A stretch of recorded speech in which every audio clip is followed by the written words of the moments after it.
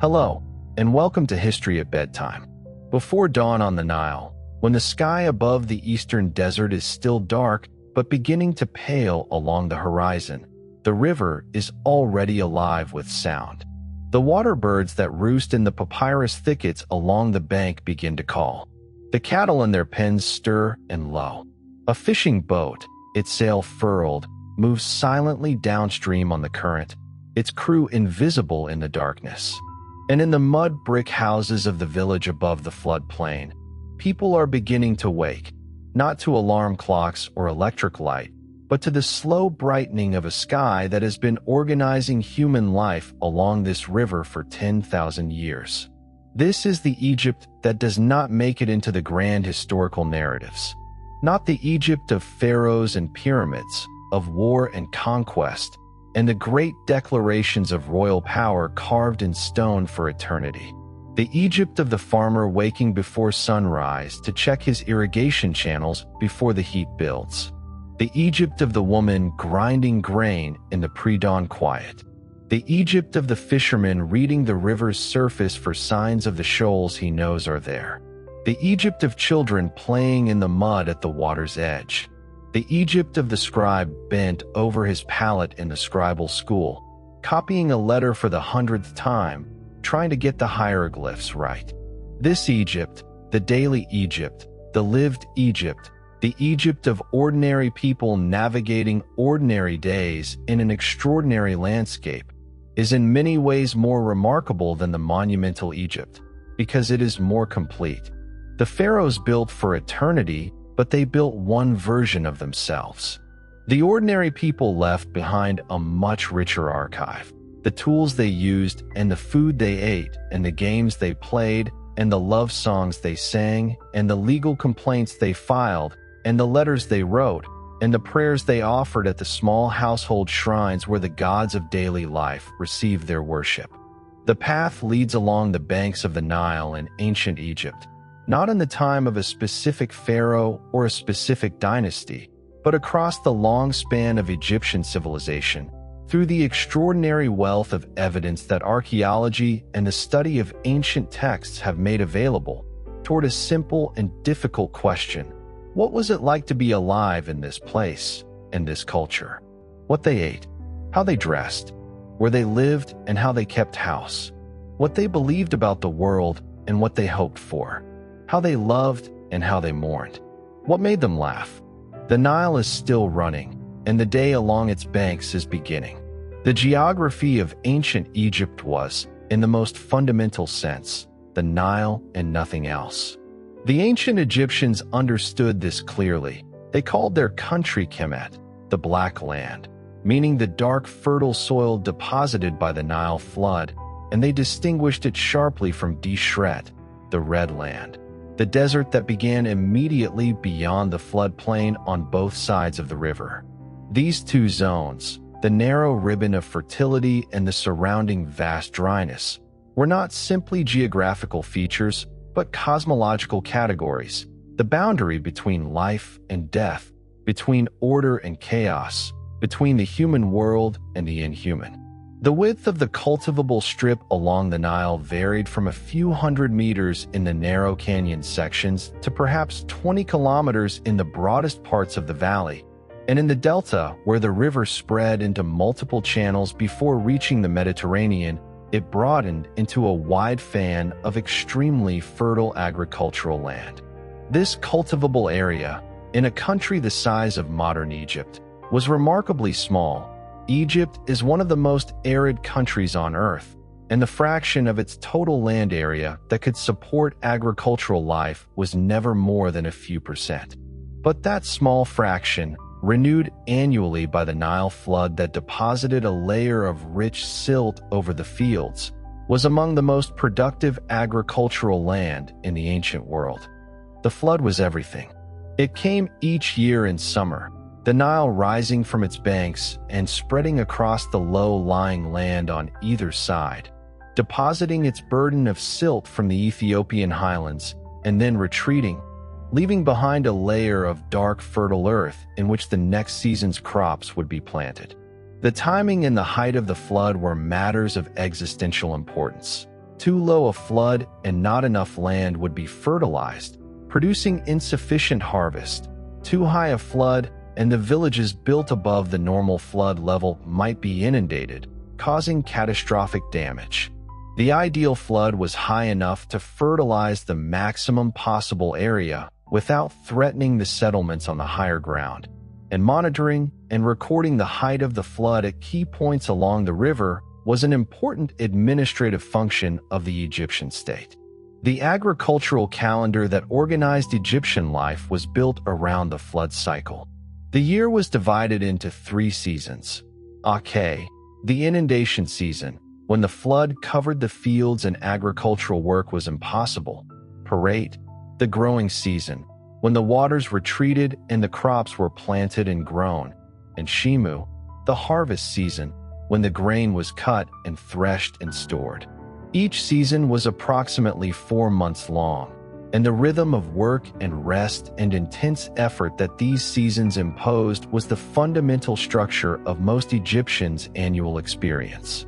The village that was home to the vast majority of ancient Egyptians was a settlement of mud brick houses clustered on the high ground above the floodplain, close enough to the agricultural land to allow daily access without being so low that the flood waters would reach the houses. The houses were built of mud brick, a combination of Nile mud and chopped straw formed into rectangular bricks and dried in the sun, a material so well suited to the Egyptian climate that it has been the primary building material of Egyptian rural architecture for the entire span of recorded history and remains so in many areas today. The typical Egyptian village house was a simple structure of a few rooms arranged around a small courtyard that served as the primary domestic workspace. The walls were thick enough to moderate the extreme summer heat, and the small windows and doorways were positioned to catch the prevailing north wind that provided natural ventilation.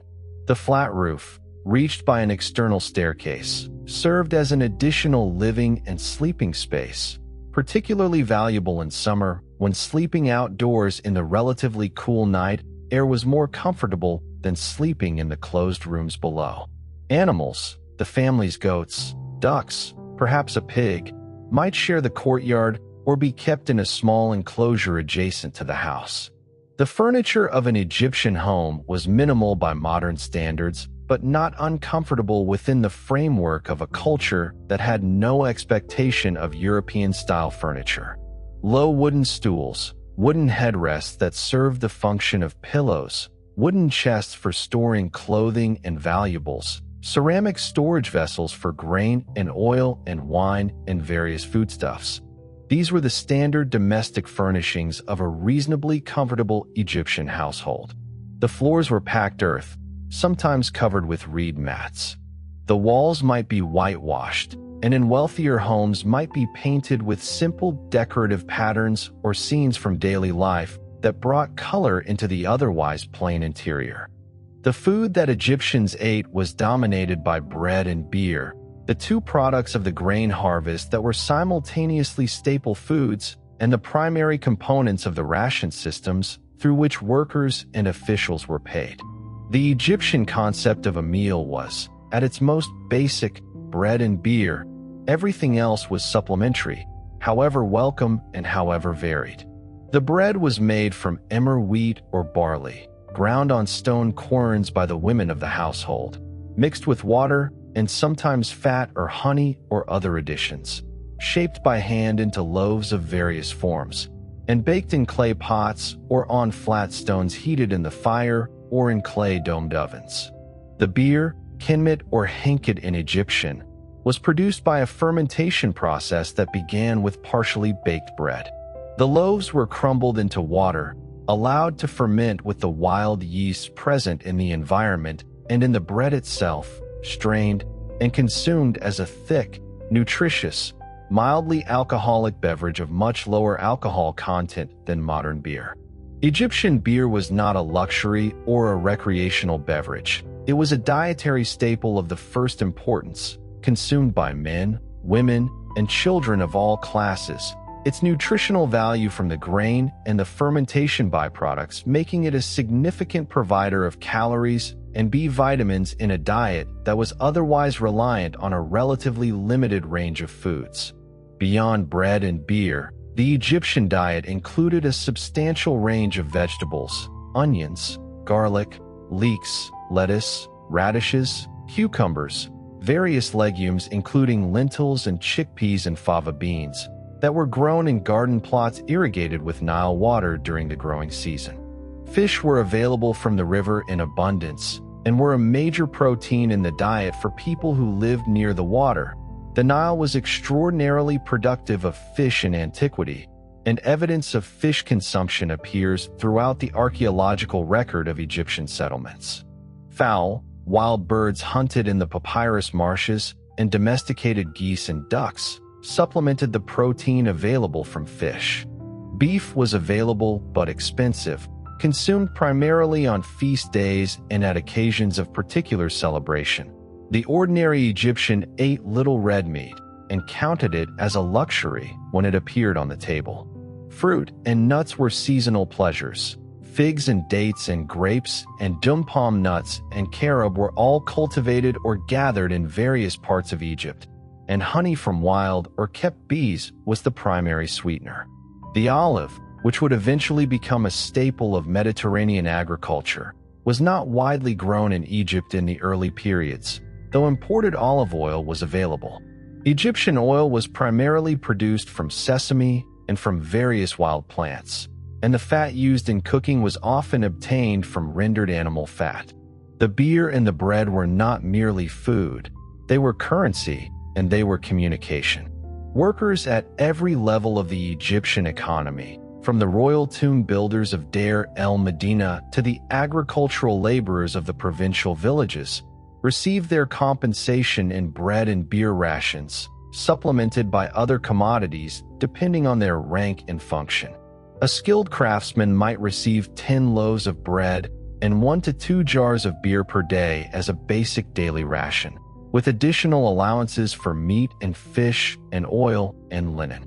The accounting of these rations, who received what, whether the deliveries were on time, what happened when they were not, is recorded in extraordinary detail in the documents that survive from Deir el-Medina and from other sites, giving us a precise picture of the economics of daily life that most ancient cultures cannot provide.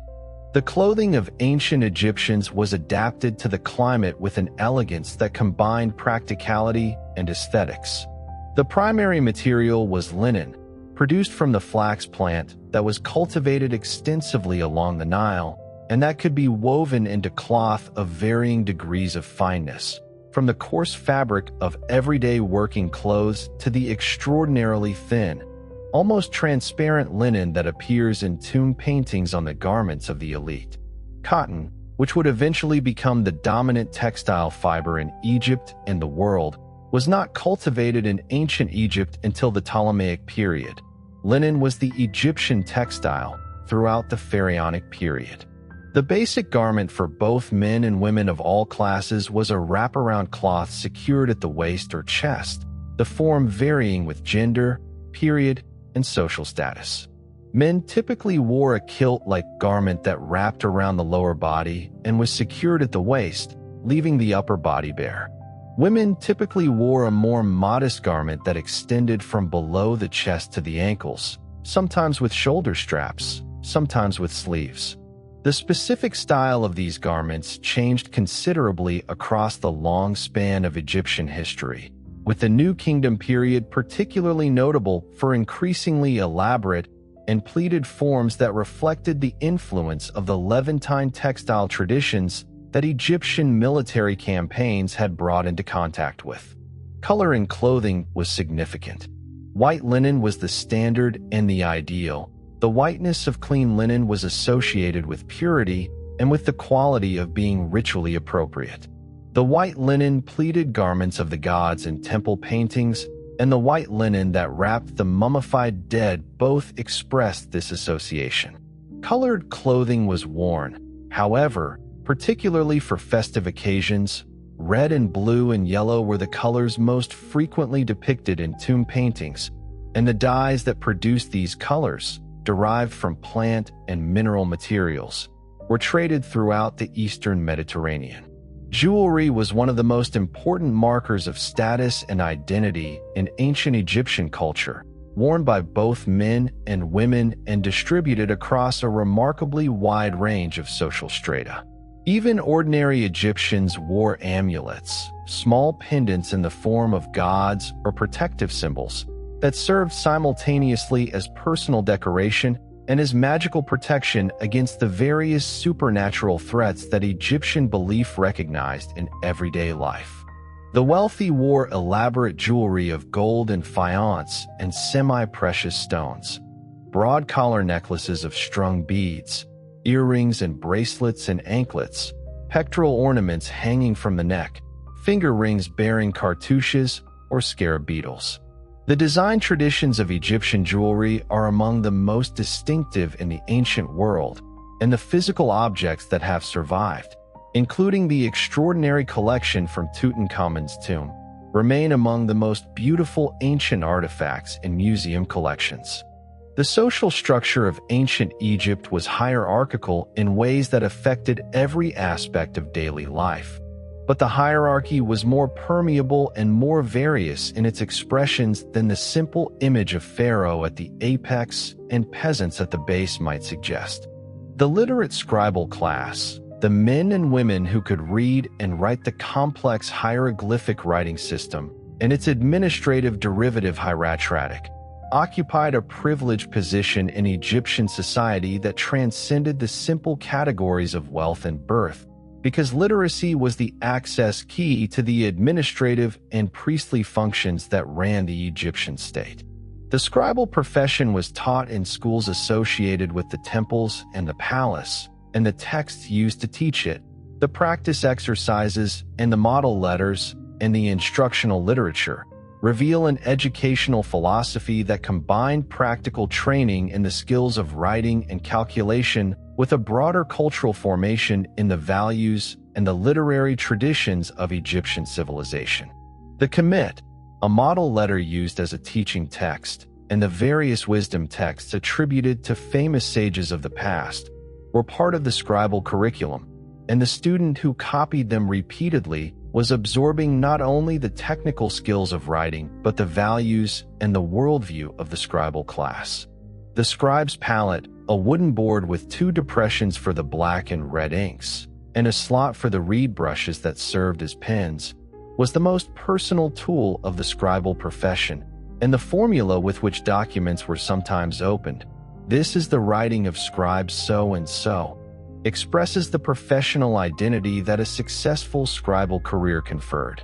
The satirical literature of the scribal school made fun of other professions: the soldier who was beaten, the farmer who suffered in the mud, the carpenter who was exhausted by his work, to emphasize by contrast the dignity and the comfort of the scribal life.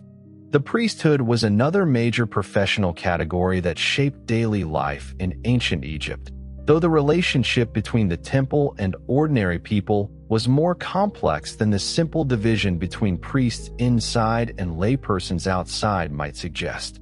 Most Egyptian temples, particularly in the earlier periods, were not open to the general public for the daily rituals. The inner sanctuary where the divine statue resided was accessible only to the ritually qualified priests who conducted the daily worship.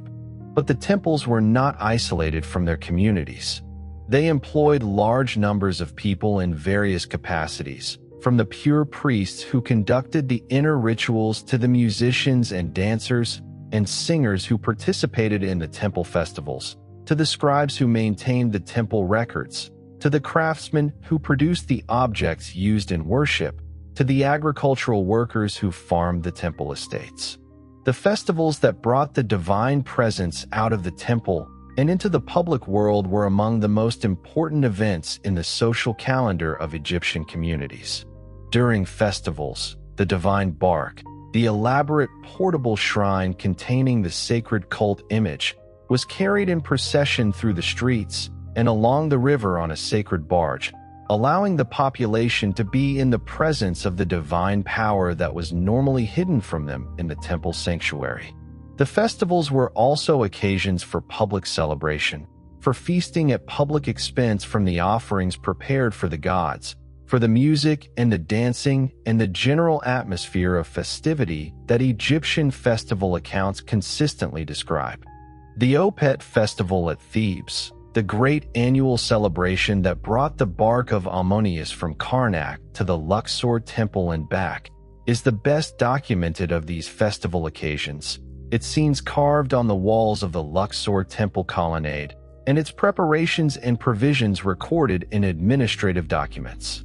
For the weeks of the Opet festival, Thebes was transformed, the streets between the temples decorated, food and drink distributed to the population from the divine offerings, musicians and dancers performing along the processional route, the city given over to a level of collective celebration that the grinding agricultural routine of most of the year did not permit. The women of ancient Egypt occupied a social and legal position that was, by the standards of most ancient civilizations, remarkably substantial. Egyptian women could own property in their own name, could enter into legal contracts, could bring cases in court, and could pass their property to whomever they chose through inheritance. The legal documents that survive from Egyptian courts include cases brought by women against men for non-payment of debts, for violation of contracts, and for various other grievances that demonstrate that women's legal standing was real and practically exercised rather than merely nominal.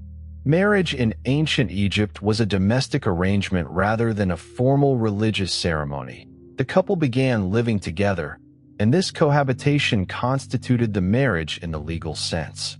Divorce was correspondingly informal. The couple separated, and the legal arrangements regarding property were worked out through negotiation, sometimes recorded in written agreements. The marriage contracts that survive from the New Kingdom and later periods show arrangements that typically protected the wife's economic interests in the event of the marriage ending, suggesting a social recognition that women needed specific protections against the economic vulnerability that divorce without provision could create. The love poetry of ancient Egypt is among the most surprising and most immediately accessible of Egyptian literary productions, revealing a range and an emotional intelligence that the hieroglyphic writing's reputation for formality might not lead one to expect. The love songs preserved in several New Kingdom papyri, most famously the Chester Beatty I papyrus, are composed in the voices of both young men and young women, addressing their beloved, lamenting separation, celebrating the physical beauty of the other, and describing with unaffected directness the emotional experience of longing and of joy. My love is unique and none can rival her. One song begins. Language remarkably similar to the language of love song in any period, in any culture, demonstrating how thoroughly this particular human experience transcends the enormous distance of time and cultural difference that separates the ancient Egyptian singer from anyone reading or hearing the words today. The children of ancient Egypt were not peripheral figures in the household economy or the social world. They were central to it, both as future labor and as the primary mechanism through which the family line and the family property were transmitted across generations. The birth of a child was an occasion of genuine celebration and of genuine anxiety, since infant mortality in the ancient world was high and the survival of a newborn through the dangerous first years of life was not assured. The protection of infants and their mothers was one of the primary functions of the household gods that occupied the small shrines in Egyptian homes. Taaret, the pregnant hippopotamus goddess whose formidable appearance was understood as ferocious divine protection rather than threat, was the special guardian of women in childbirth and of newborn children. Bes, the dwarf god with his leonine face and his feathered crown, depicted in a defensive posture with his tongue out, was another powerful household protector, his image painted on bedroom walls, and placed near where infants slept to frighten away the demons that threatened their small lives. Children in Egypt played with toys that would be recognizable to any modern child. Wooden animals on wheels, clay balls, wooden tops, dolls with jointed limbs, simple board games. The toys recovered from Egyptian archaeological sites reveal a world of childhood play that was structured around the same basic impulses: the desire to represent and manipulate the familiar world in miniature, the pleasure of physical skill and competition that structure childhood play everywhere. Egyptian children played in the streets and in the courtyards of their houses, swam in the Nile, climbed on the rooftops, and generally occupied the gap between the adult world and the school or the workshop with the energetic purposelessness that childhood in every culture produces. Education for most Egyptian children was informal, transmitted through observation and participation in the family's economic activities. The child of a farmer learned farming by working alongside adults in the fields from an early age. The child of a craftsman learned the craft by serving as an assistant in the workshop. The child of a scribal family or a priestly family might be sent to the formal scribal schools where reading and writing were taught. But formal schooling was far from universal and was concentrated in the urban centers and the larger settlements where the institutions that required literate personnel were located. The life expectancy of ordinary Egyptians was, by modern standards, short. Bone analysis from ancient Egyptian cemeteries suggests that people who survived infancy could expect to live into their 30s or 40s, with a smaller number reaching what we would consider old age. The diseases that cut Egyptian lives short included intestinal parasites from the contact with the Nile water that was unavoidable in an agricultural society dependent on irrigation, malaria from the mosquitoes that bred in the standing water of the irrigation systems, eye diseases, particularly trachoma, that were endemic in the dry and dusty environment, and the various respiratory diseases that the desert dust and the smoke of cooking fires promoted. The medical knowledge that Egyptians applied to these health challenges was more sophisticated than is sometimes assumed, though it mixed genuinely effective treatments with magical and ritual interventions that modern medicine would not recognize as medical. The Egyptian medical papyri, particularly the Edwin Smith Papyrus and the Ebers Papyrus, both dating from the New Kingdom period but recording knowledge accumulated across centuries of earlier practice, show a medical tradition that was capable of systematic observation of symptoms, of distinguishing between conditions that could be treated and those that could not, and of developing specific remedies from plant, animal, and mineral materials that in many cases contained genuinely active pharmacological components. The treatment of wounds, broken bones, and dislocations was particularly sophisticated. The Edwin Smith Papyrus is essentially a surgical manual, describing injuries in clinical detail and prescribing treatments in terms that modern surgeons can recognize as fundamentally correct in their approach. For internal diseases, where the underlying pathology was not visible, the Egyptian approach was more reliant on magical interventions alongside the herbal remedies, the distinction between what we would call medicine and what we would call magic being considerably less clear in ancient Egypt than modern categories would suggest. The magical dimension of Egyptian healing deserves respectful rather than dismissive treatment. The Egyptian world was one in which the boundary between the visible world and the invisible divine world was permeable, in which supernatural forces were understood as genuinely operating in human experience, and in which the appropriate response to illness or misfortune involved addressing both the physical symptoms and the supernatural dimension simultaneously. The amulets worn against disease, the spells recited over patients, the invocations of divine healing powers, these were not superstitious irrationality, but the appropriate technologies of a world in which the divine was understood as an active presence requiring acknowledgement and propitiation. The afterlife was, for ordinary Egyptians as much as for the pharaoh, a subject of genuine concern and genuine hope. The elaborate mortuary preparations of the elite, the mummies and the canopic jars and the books of the dead and the painted tomb chambers, were the most elaborate expression of a belief in continued existence after death that extended throughout Egyptian society.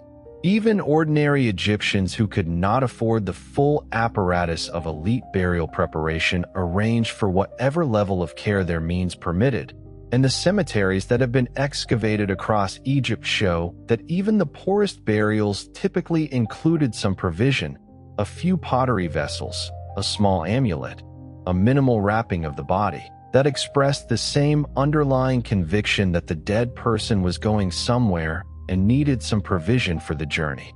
The small household shrines where ordinary Egyptians worshipped were not simply miniature versions of the great temples. They were the spaces of a more personal and more immediate divine relationship, the place where the gods of the household received their daily attention, where prayers for specific needs, a sick child, a difficult harvest, a court case going badly, were offered in the intimate register of the family rather than in the formal register of the state cult. The gods who received this household worship were often different from the great state deities of the temple, the more personal and more approachable figures of the divine world, the household protective powers like Bes and Taret, and the local saints and deified ancestors who had particular power in specific communities. The scribal village of Deir, el-Medina, home to the men and women who built and decorated the royal tombs in the Valley of the Kings during the New Kingdom period, provides the most detailed picture available of ordinary Egyptian life at any period, because the dry desert conditions of its location and the literate character of its population produced a documentary record of extraordinary richness. The ostraca, pottery sherds and limestone flakes used as convenient writing surfaces for text that did not merit the expense of papyrus, found at Deir el-Medina include work records and ration accounts in court proceedings, but also love letters and poems and drawings and jokes and lists of things borrowed and things owed and things done and things still to do. They give the community a three-dimensional reality that most ancient communities lack. Individuals with names and personalities and grievances and relationships emerge from the documents, their daily lives recoverable in specific detail. The court records from Deir el-Medina are particularly remarkable, a series of proceedings documenting disputes within the community that were heard by a council of senior members and resolved through a system of customary law that operated independently of the formal state legal apparatus. The disputes recorded include everything from theft of tools and clothing to domestic violence to allegations of witchcraft to the non-payment of agreed wages. And the proceedings show a community that took its own governance seriously and that maintained a functioning system of social order through collective deliberation and collective judgment. The love poetry found at Deir el-Medina and at other sites reveals a culture with a rich tradition of lyric expression that the solemn conventions of religious and official literature might not prepare you for. The voice of a young woman separated from her beloved, comparing her longing to the longing of a horse for its pasture, or the voice of a young man calculating how to encounter his beloved at the well where she goes for water. These are expressions of human feeling in a particular literary tradition that is genuinely sophisticated, using natural imagery and social detail to create poems that are immediately moving across the 3,000-year gap that separates them from any modern reader. The humor of ancient Egyptians is another aspect of daily life that the surviving record preserves in ways that can genuinely surprise. The satirical papyri that show mice attacking a cat's fortress and mice serving as officials while cats occupy subordinate positions. The papyrus showing an erotic encounter between an unlikely couple with a pun-laden text. The jokes preserved in wisdom literature that make fun of pompous officials and slow-witted students. These reveal a culture with a genuine sense of the ridiculous. A culture that could find the gap between pretension and reality as funny as any subsequent culture has found. The river was the center of everything, always. Its sound was the background to every activity. Its smell was the smell of the world. Its color changed with the seasons and with the time of day, and the extraordinary variety of life it supported. The fish and the crocodiles and the hippopotami and the vast flocks of water birds was part of the texture of every Egyptian's daily experience. The Nile was not simply a geographical feature. It was, in the Egyptian understanding, a living divine presence. Its annual flood the gift of the god Hapi, its fish the bounty of Sobuk, its stars the body of the sky goddess Nut reflecting in the water's surface. The farmers who rose before dawn to check their irrigation channels were participating in a relationship with the river that had been continuous for thousands of years before them, and that they understood would continue for thousands of years after. The boats that moved on the surface, the fishing boats and the trading boats and the great barges carrying stone for temples, the funeral boats that carried the dead to the western bank and the pilgrimage boats that carried the living to the great sanctuaries, were the arteries of a civilization whose entire existence was organized around this one extraordinary fact of geography. To be Egyptian was to live on the Nile. The river shaped the body, the particular health problems and particular physiological adaptations that the Nile environment produced. It shaped the diet, the fish and the waterfowl and the vegetables grown in the silt and the grain that the silt made possible. It shaped the calendar, the 3 seasons organized around the flood. It shaped the religion, the gods who embodied the river's powers and the cosmic principles that the river expressed. It shaped the art, the papyrus plant and the lotus that appeared in every decorative scheme, the water birds that flew through the painted scenes of the tomb walls, the river itself depicted as the giver of the abundance that the deceased hoped to enjoy forever.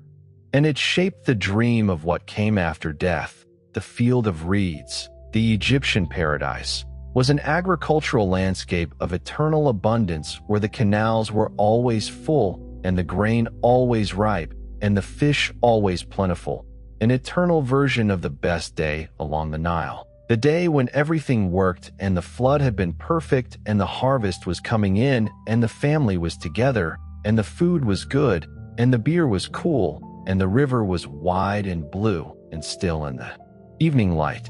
That is what they hoped for. The river is still running.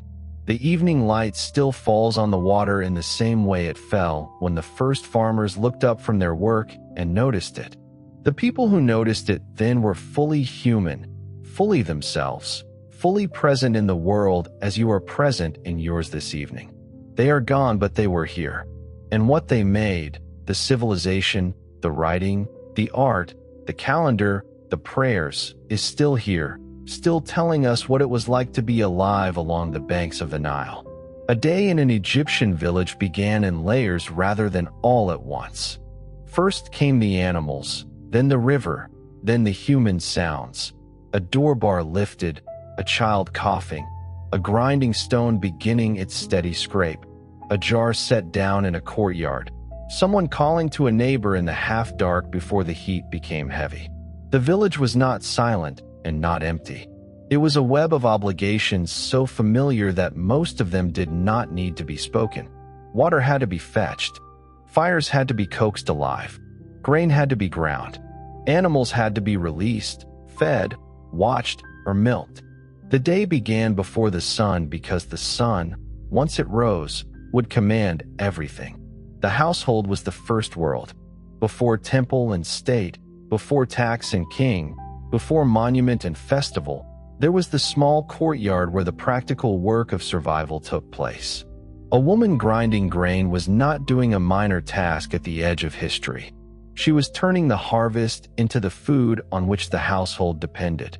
The stone quern wore down with years of use, and the flour it made often contained tiny particles of grit from the grinding surface. Those particles damaged teeth across a lifetime. Ancient Egyptian skulls often show heavy dental wear, not because people were careless with their mouths, but because bread itself carried the dust of daily work. Bread took many forms. It might be round, conical, flat, thick, sweetened, coarse, fine, made for a household meal or shaped for an offering. It might be baked in molds, against heated surfaces, inside clay ovens, or in the embers. The smell of bread was one of the smells of Egypt. So was the smell of beer, grain, smoke, and wet clay. Bread and beer were so basic that temple offerings, worker rations, and household meals all returned to them again and again. In a world without coins for much of its history, grain products were not merely eaten. They were measured, counted, promised, delayed, complained about, and used to show whether authority was functioning. Beer in Egypt was not the clear, bitter drink a modern person might imagine. It was thick, cloudy, nourishing, and often consumed through strainers or after settling. It was part drink, part food. Children drank it. Workers drank it. Offerings included it. The dead hoped to receive it. A good jar of beer was not a little luxury after work. It was part of the body's fuel. In the hot Nile Valley, where long labor demanded calories and liquid, beer made the grain harvest drinkable. The village morning, therefore, had fermentation in its background, as surely as it had smoke and bread. Water had to be managed with care. The Nile gave life, but it did not deliver water conveniently into every vessel and every field. People carried jars. They drew water from canals or river edges. They stored it in large containers. They watched for contamination even if they did not understand disease as modern medicine does. A jar of water in the house was not a small thing. It meant hands had carried weight under heat. It meant someone had chosen the moment of the day when the walk would be easiest. It meant the household could cook, drink, wash, brew, and cool. The fields were another world of routine. The Egyptian farmer lived with the knowledge that the land could be generous but never effortless. After the inundation withdrew, the soil was soft and dark, and the agricultural year entered its most intense phase. Plowing could be done with wooden plows drawn by cattle, but much work remained manual. Breaking clods, sowing seed, guiding animals, repairing canals, clearing silt, strengthening banks, cutting reeds, harvesting grain, carrying bundles, threshing, winnowing, measuring, and storing. The rhythm of agriculture was physical, repetitive, and communal. One household worked, but so did neighbors, relatives, hired laborers, and people fulfilling obligations to estates, temples, or officials. The flood itself was remembered with gratitude and fear. Egyptians did not experience nature as neutral scenery. The inundation was blessing if it came rightly and danger if it did not. A low flood could mean hunger. A flood too high could destroy what people had built. The river, therefore, trained the Egyptian imagination to think in terms of balance. Too little and too much were both forms of disorder. The good life was not unlimited abundance, but right measure. That idea entered religion, administration, and ethics. The world had to be kept in balance, and the river taught the lesson every year. The Egyptian word, often translated as order or truth, ma'at, belonged to this entire way of seeing. It did not mean only honesty in speech. It meant the right arrangement of the world, justice, balance, correct measure, social harmony, cosmic stability, the pattern by which the sun rose and the Nile returned and people behaved as they should. A farmer who paid what he owed, a scribe who recorded fairly, a judge who heard a case properly, a king who defended the land, a priest who performed the ritual correctly, all participated in Ma'at. Daily life was not separated from cosmic order. It was one of the places where cosmic order either held or frayed. A person who stepped from the black land into the red land could feel this boundary physically. The fertile strip might be green with crops and palms, alive with cattle, canals, birds, insects, and human noise. Beyond it, the desert opened dry and bright, beautiful but unforgiving. The desert was not only emptiness. It held quarries, mines, roads, shrines, tombs, hermit places, military routes, and dangers. But to village life, it marked the limit of ordinary fertility. The dead were often buried toward the west, where the sun disappeared. The living worked by the river. Landscape itself became theology. The west mattered. Every evening the sun crossed into the realm of night, and every morning it returned. Egyptians looked at that daily pattern and saw not only light but rebirth. The dead went west, but the west was not simple extinction. It was passage. Tombs placed in desert margins were not random. They stood where cultivation ended and another kind of world began. From a village roof at dusk, one might see the western cliffs darkening and understand, without needing a formal lesson, why the dead belonged there and why the sun's return mattered. Most houses were built not for permanence in the way temples were built, but for use. Mud brick was practical, cheap, and perfectly adapted to the climate, but it dissolved with neglect. That is why so much of ordinary Egypt is harder to see than the stone world of kings. A mud brick house might shelter generations, then melt back into earth. A temple wall might survive for millennia. This imbalance can mislead the imagination. Stone makes kings seem more real than farmers, but the mud brick world was the larger one. Egypt was lived in mud, straw, reed, plaster, wood, cloth, and skin long before it was remembered in granite. The roof was part of the house. In hot weather, people could sleep there under the night sky. Grain or other goods could be dried there. Children could play there. A flat roof extended domestic life upward into cooler air. In dense settlements, rooftops created a second level of social space where people could see neighbors, hear quarrels, smell cooking, and watch the changing light over fields and river. A house was not a sealed private box. Sound and smell crossed walls. The community was always close. Inside, possessions varied by wealth, but even modest households had tools of order. Storage jars mattered because food security depended on them. Chests mattered because cloth and valuables needed protection from dust, insects, and theft. Reed mats softened floors and defined spaces. Headrests kept the head lifted while sleeping and helped protect hair and scalp from insects. Lamps gave small flames at night. Baskets, ropes, sieves, bowls, and grinding stones filled the courtyard with useful shapes. A home was a collection of objects worn smooth by hands. Cleanliness was practical, social, and ritual. Egyptians valued washing, shaving, scent, and clean linen.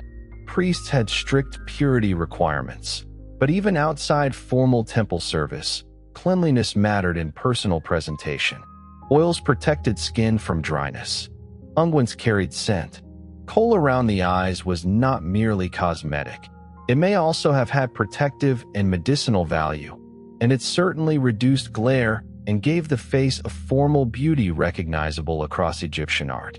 Men and women both used cosmetics. A person's body was part of their social presence, and care of the body was not vanity alone. Hair could be worn in many ways.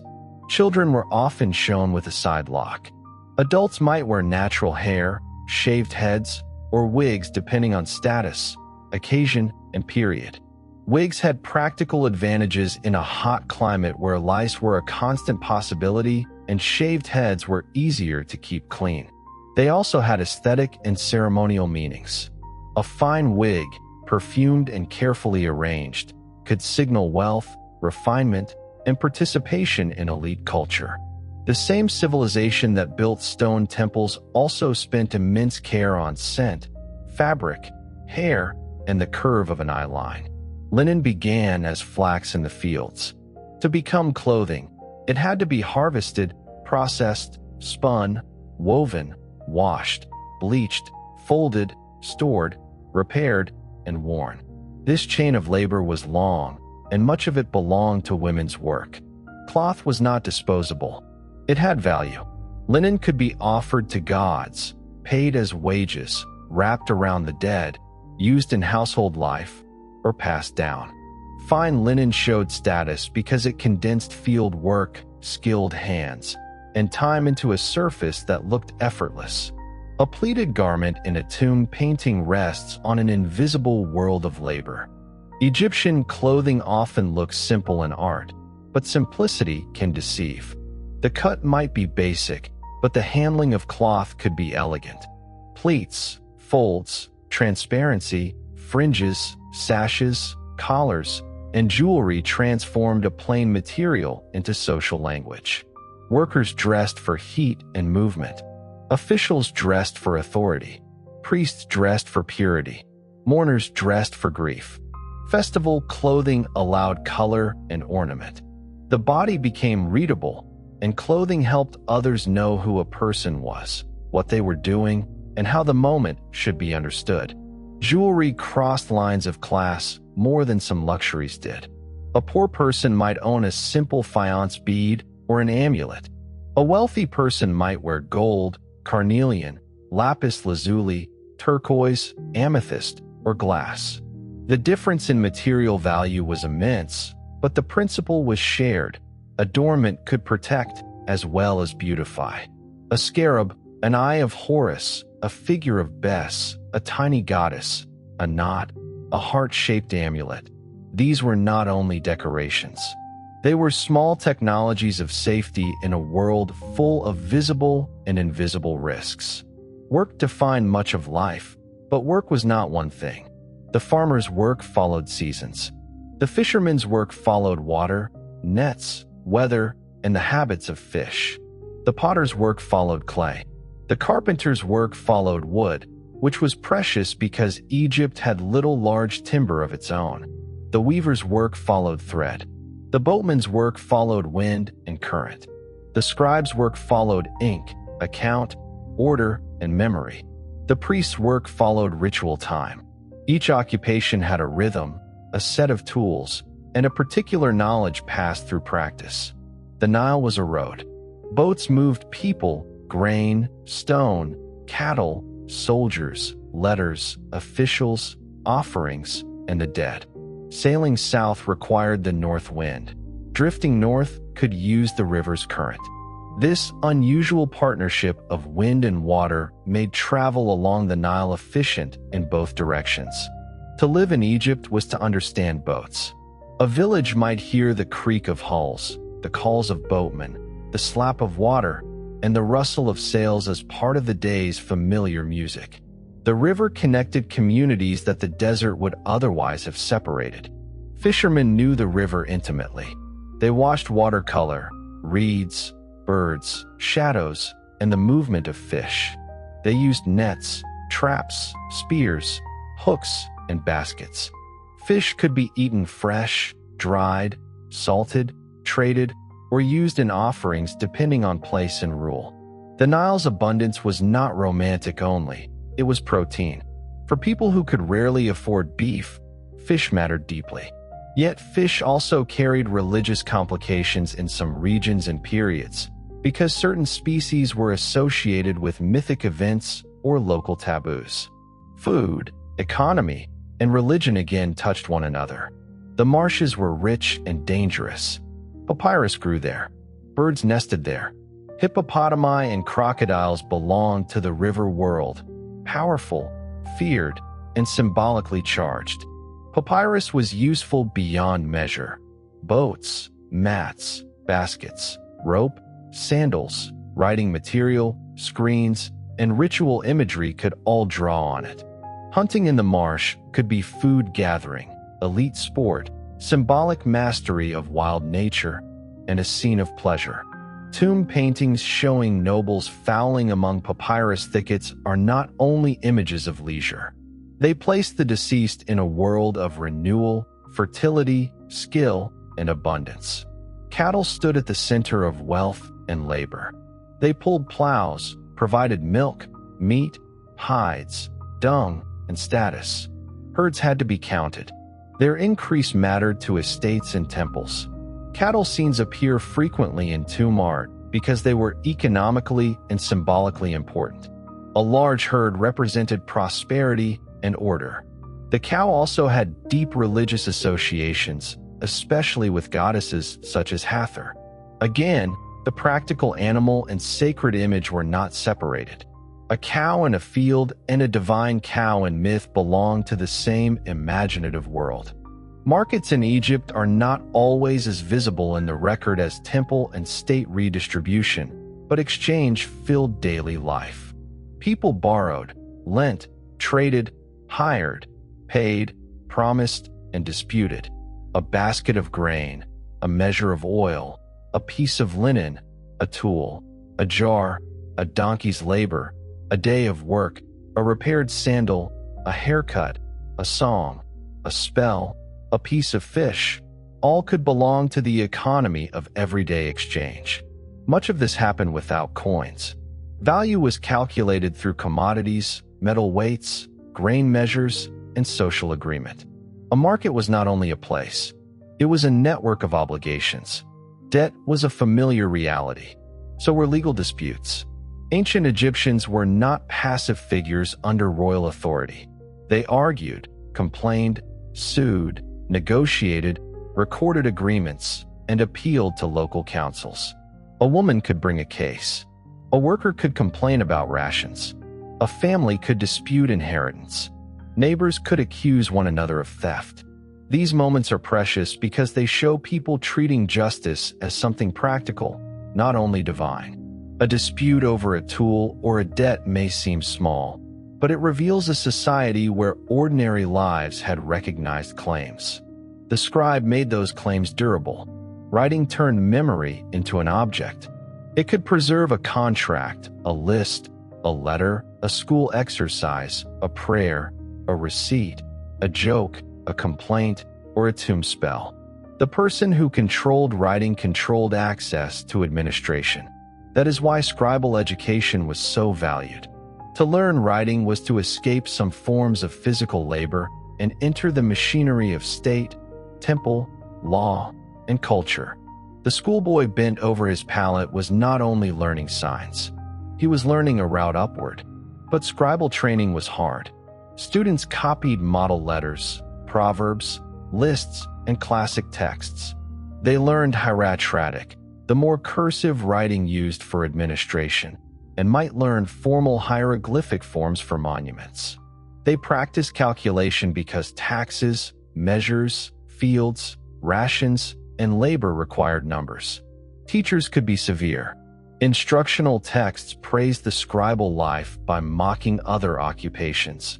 The farmer in the mud, the soldier in danger, the washerman near crocodiles, the craftsman exhausted.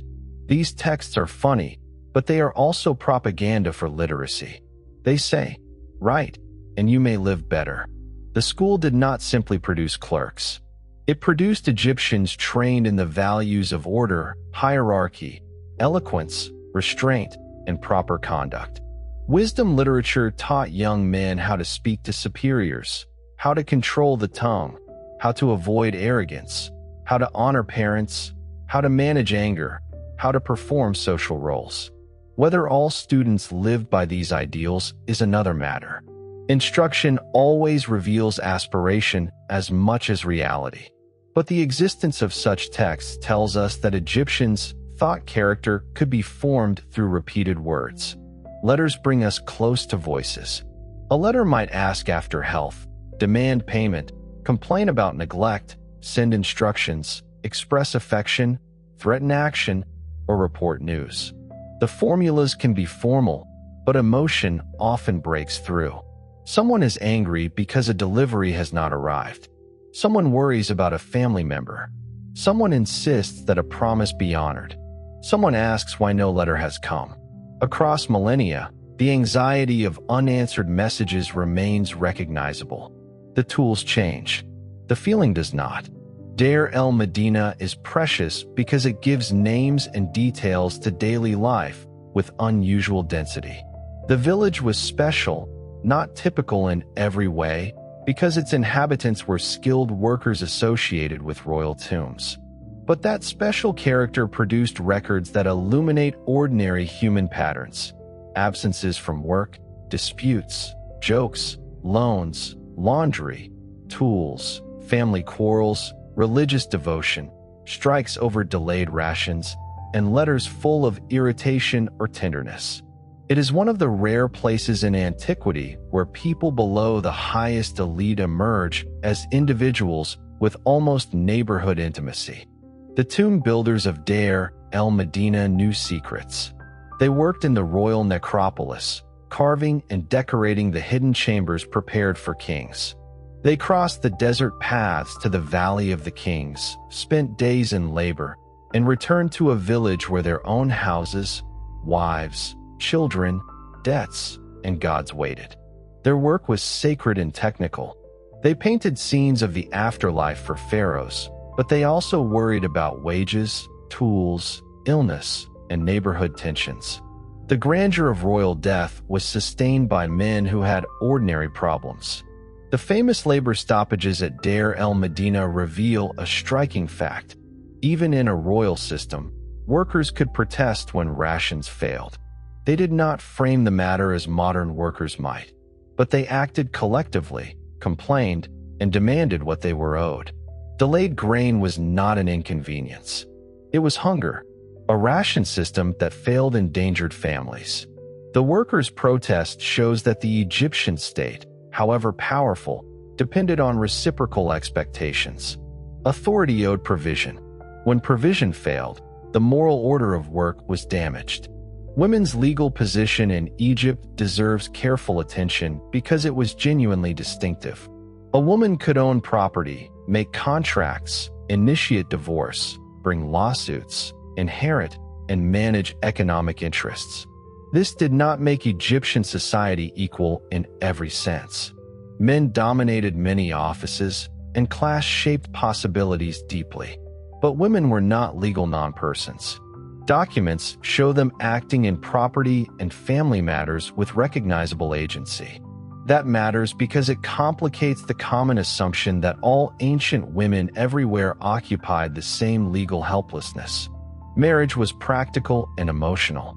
It involved households, property, children, work, and affection.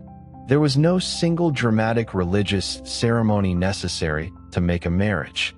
Living together created the marriage relationship, and separation could end it. Agreements could protect property rights and define obligations. Love songs remind us that marriage was not only economics. Desire, longing, jealousy, admiration, and playfulness belonged to Egyptian life too. A young woman waiting for a beloved, a young man praising a lover's beauty, a poem imagining a meeting at the water, all bring warmth into the record.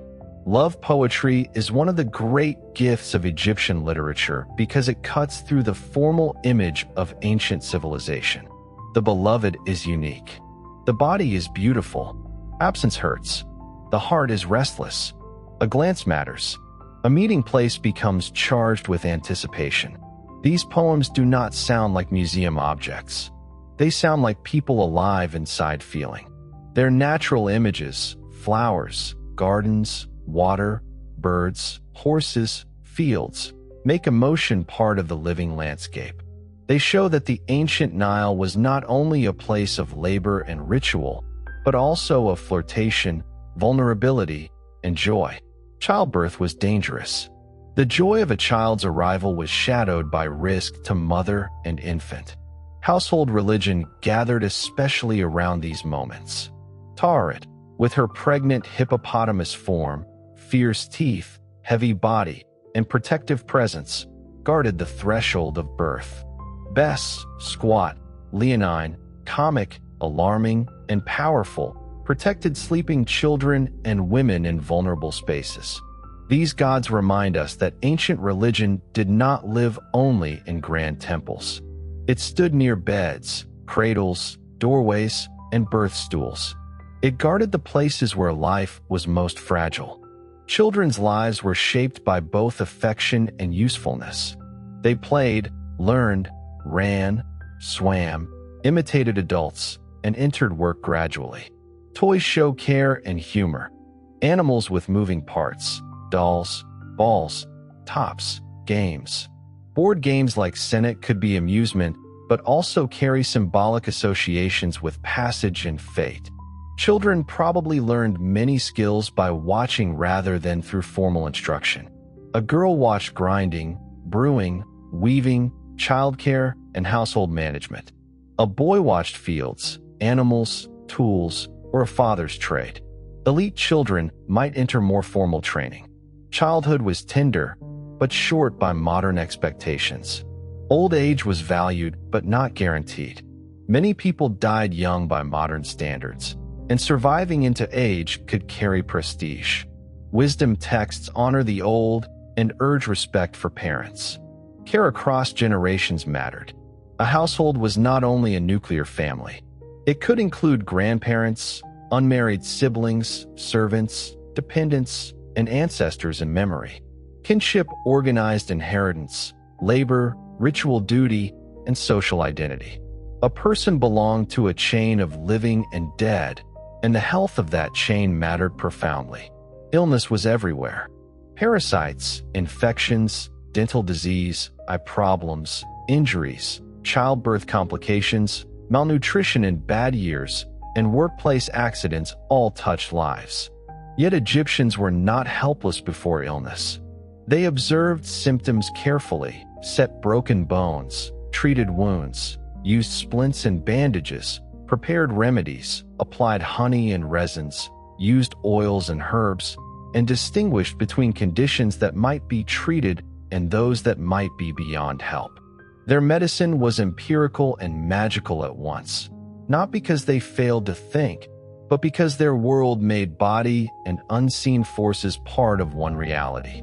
A healer might examine a wound with admirable practicality and recite a spell with equal seriousness. A modern mind may want to separate the two, praising the bandage and dismissing the words. But for the patient, healing involved fear, pain, infection, hope, divine power, and the healer's authority. A spell could steady the sufferer, call divine attention, and make treatment part of a meaningful order.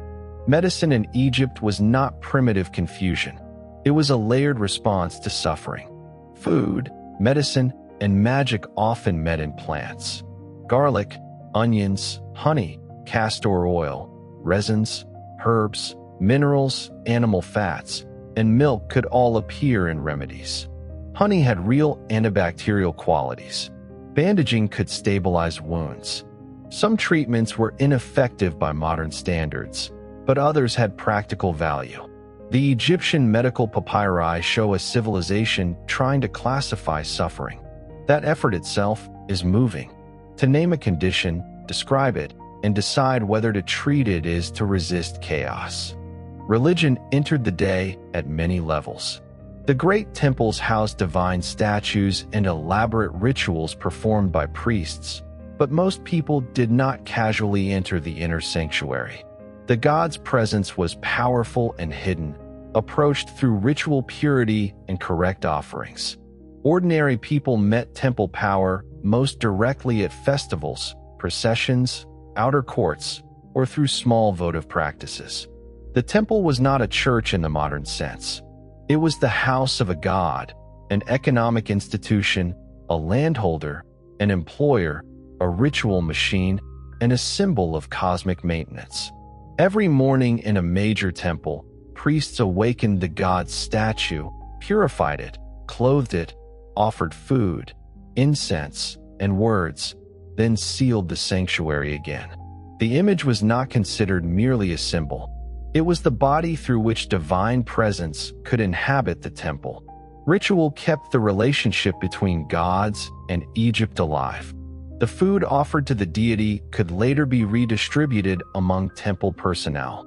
Thus, ritual and economy intertwined. The god was fed, priests were fed, workers were fed, and the temple's sacred life sustained a social system. Festivals changed the relationship between hidden divine power and public life. When the divine bark came out, the god became visible in motion, even if veiled within a shrine. Crowds gathered. Music sounded. People prayed, celebrated, drank, ate, watched, and felt the god pass near them. The city became a ritual landscape. At Thebes, the Opet festival joined Karnak and Luxor in procession, renewing kingship and divine relationship. For ordinary people, festivals broke the routine of labor and brought abundance, spectacle, and sacred closeness. Public celebration could be loud, sensual, and joyful. Egyptian religion was not only solemn.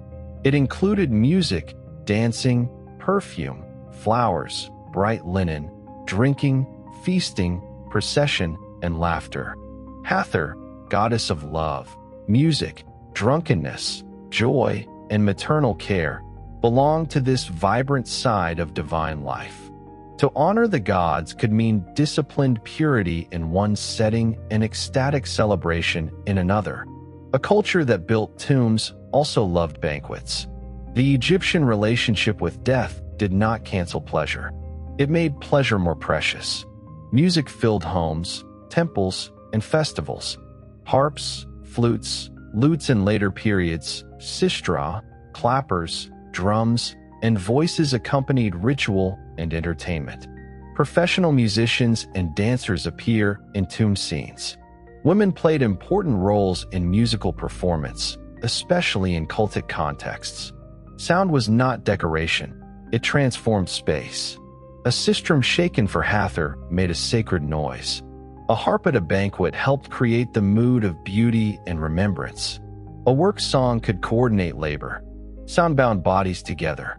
Games and leisure mattered too. Senet was played across centuries and eventually gained afterlife associations.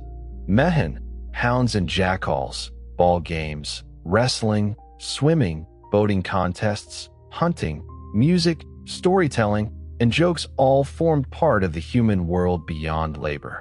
People mocked pompous officials, laughed at animal reversals and satirical drawings, enjoyed body humor, and recognized absurdity. This matters because solemn tomb walls can make Egypt seem grave beyond measure.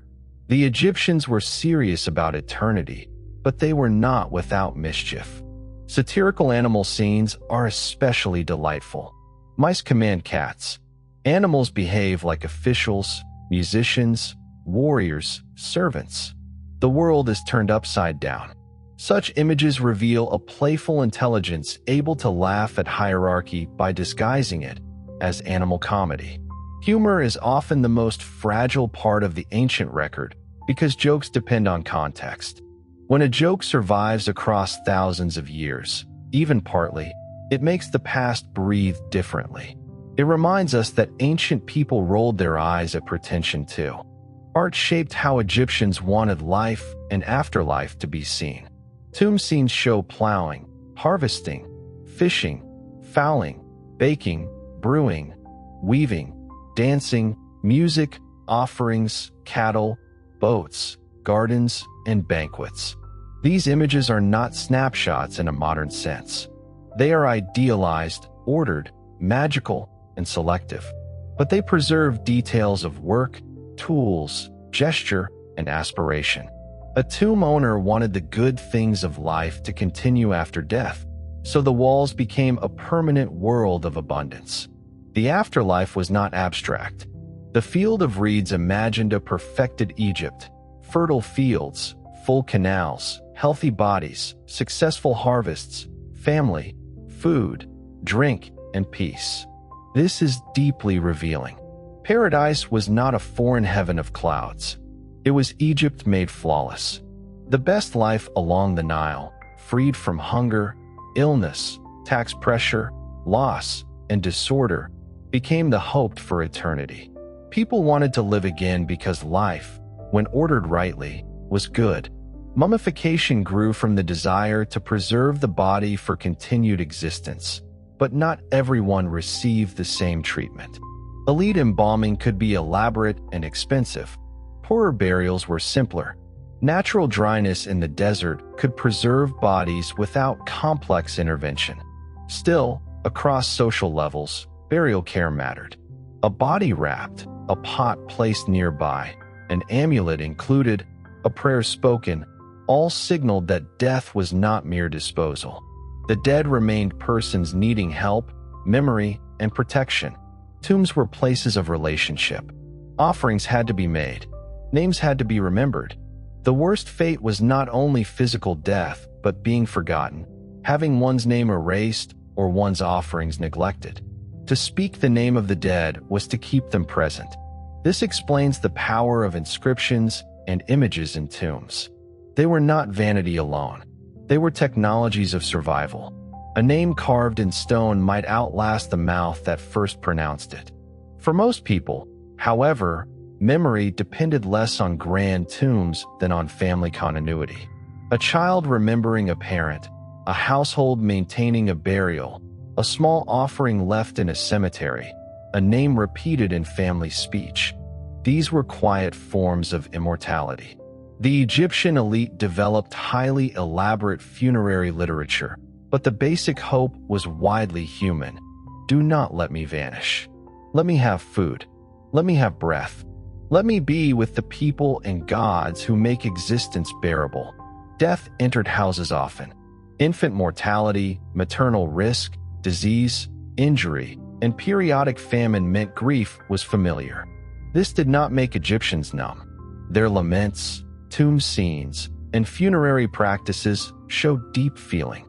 Professional mourners might enact grief publicly, but private sorrow stood behind the ritual. A mother losing a child, a husband losing a wife, a village burying an elder, a worker failing to return from a dangerous task. These sorrows formed part of daily life just as surely as bread and beer. The state touched daily life through taxation, labor obligations, measurement, and record. Fields had to be assessed. Harvests counted. Grain stored. Men could be summoned for work on canals, temples, tombs, quarries, or transport. Officials moved through villages. Measuring ropes crossed fields after floodwaters withdrew. The Egyptian state depended on writing because the flood changed boundaries and the harvest determined wealth. Administration was not remote paperwork. It entered the field, the granary, the workshop, and the ration line. At its best, administration created order. At its worst, it created pressure, corruption, and fear.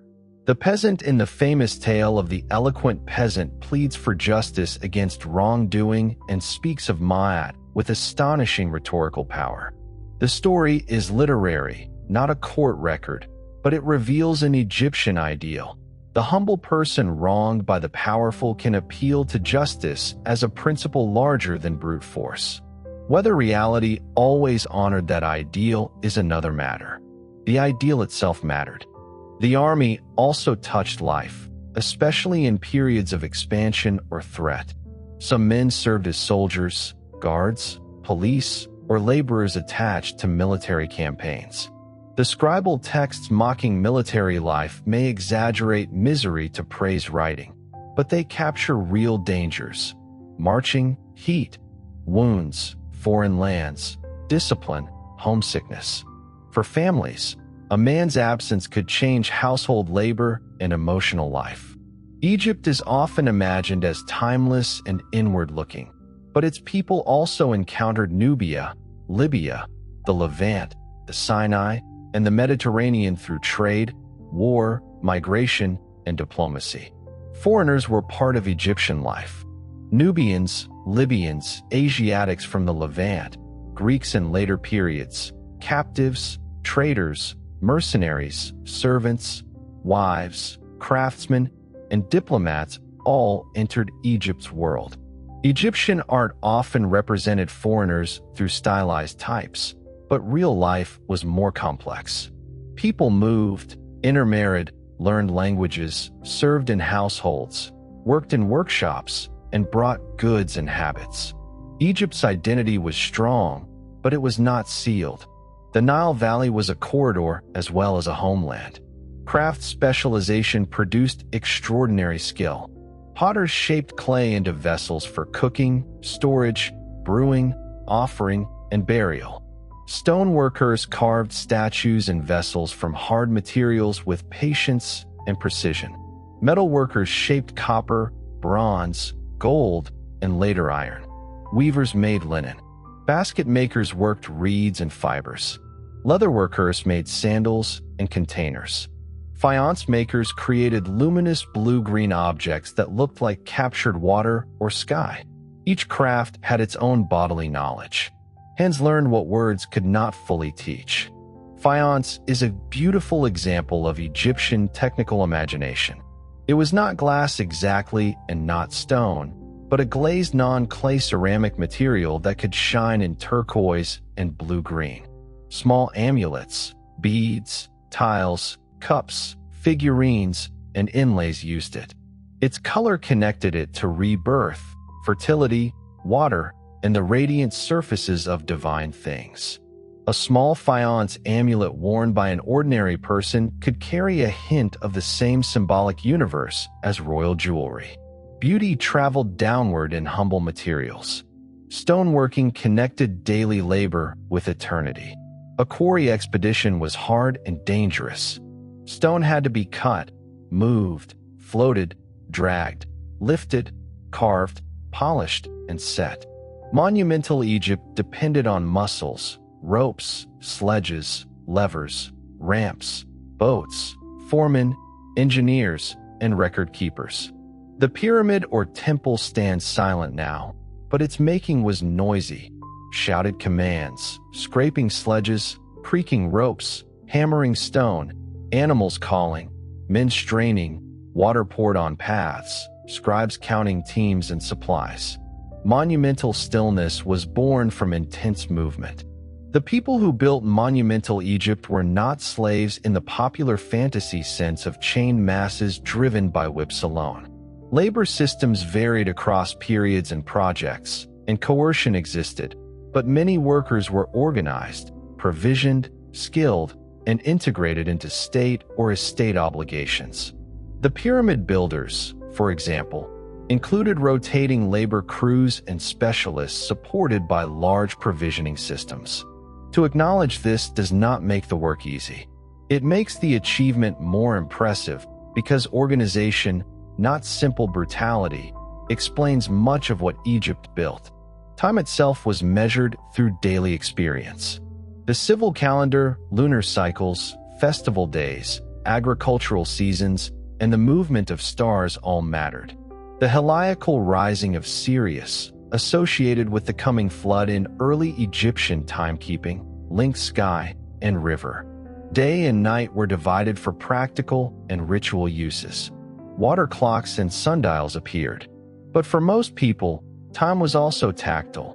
Shadow length, heat, animal behavior, river level, crop stage, the call to work, the moment when bread was ready, the cooler hour after sunset. Sunrise and sunset were theological events.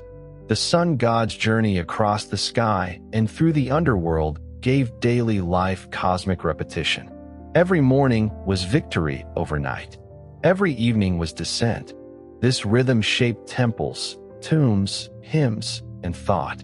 A farmer might not recite formal theology while lifting a hoe, but the entire culture taught that repetition was sacred. The Nile returned. The sun returned. The dead might return to life in another form. The good order of the world was cyclical and renewed. Animals lived close to people. Dogs guarded and accompanied. Cats, increasingly valued, controlled pests and became associated with divine protection. Donkeys carried loads. Cattle worked and fed. Goats, sheep, ducks, geese, pigs in some contexts, and birds all formed part of the household economy. Animals were food, labor, companionship, symbols, and divine forms. The line between practical animal and sacred animal was not rigid. A cat in a house and the goddess Batet were not the same, but the affection and symbolism could reinforce one another. Crocodiles and hippopotami inspired fear. Hippos could destroy fields and boats. Crocodiles could kill. Yet both entered religious imagery. Sobuk, crocodile god, could be dangerous and protective. Tauret, with hippopotamus features, guarded mothers and children. Egyptian religion did not turn only pleasant things into divine images. It recognized power. The dangerous animal could become a protector when its force was turned in the right direction. This is an important Egyptian habit of thought. Danger transformed into defense. Gardens offered controlled beauty. Elite houses and temples could have pools, trees, flowers, vines, and shade. Tomb paintings show gardens as places of order, pleasure, and abundance. Trees mattered in a landscape where shade was precious. Sycamore, date palm, dum palm, persea, and other plants entered both practical and symbolic life. A garden was not simply decoration. It was a small paradise, water held in a pool, plants arranged, birds and fish present, shade created by human care. The field of reeds was, in some ways, the ultimate garden field. Smell connected the earthly and divine. Incense was burned for gods and the dead. Perfumed cones shown on heads in banquet scenes have been debated, but scent clearly mattered. Oils protected and beautified the body. Flowers adorned festivals and graves. Bad smells, from rot or disease, could signal disorder. Good smells were offerings and pleasures. A temple without incense would feel incomplete. A banquet without perfume would lack refinement. Ancient Egypt was a culture of scent as well as sight. The elite banquet was both pleasure and performance. Guests wore fine linen and jewelry, smelled of oils, listened to music, drank wine or beer, ate, talked, flirted, watched dancers, and participated in a social display of wealth and harmony. Tomb scenes of banquets often include reminders of mortality, such as songs urging enjoyment because life is brief. This tension is deeply Egyptian.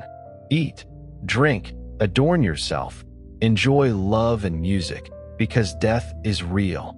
Prepare for eternity, but do not refuse the sweetness of the present. Wine was more elite than beer and often associated with vineyards, estates, and offerings. Jars could be labeled by year, vineyard, and quality in elite contexts. Wine had prestige, beer had universality. This difference itself reveals class. A peasant might drink beer daily. A noble might offer or consume wine at a feast. Both drinks carried social meaning.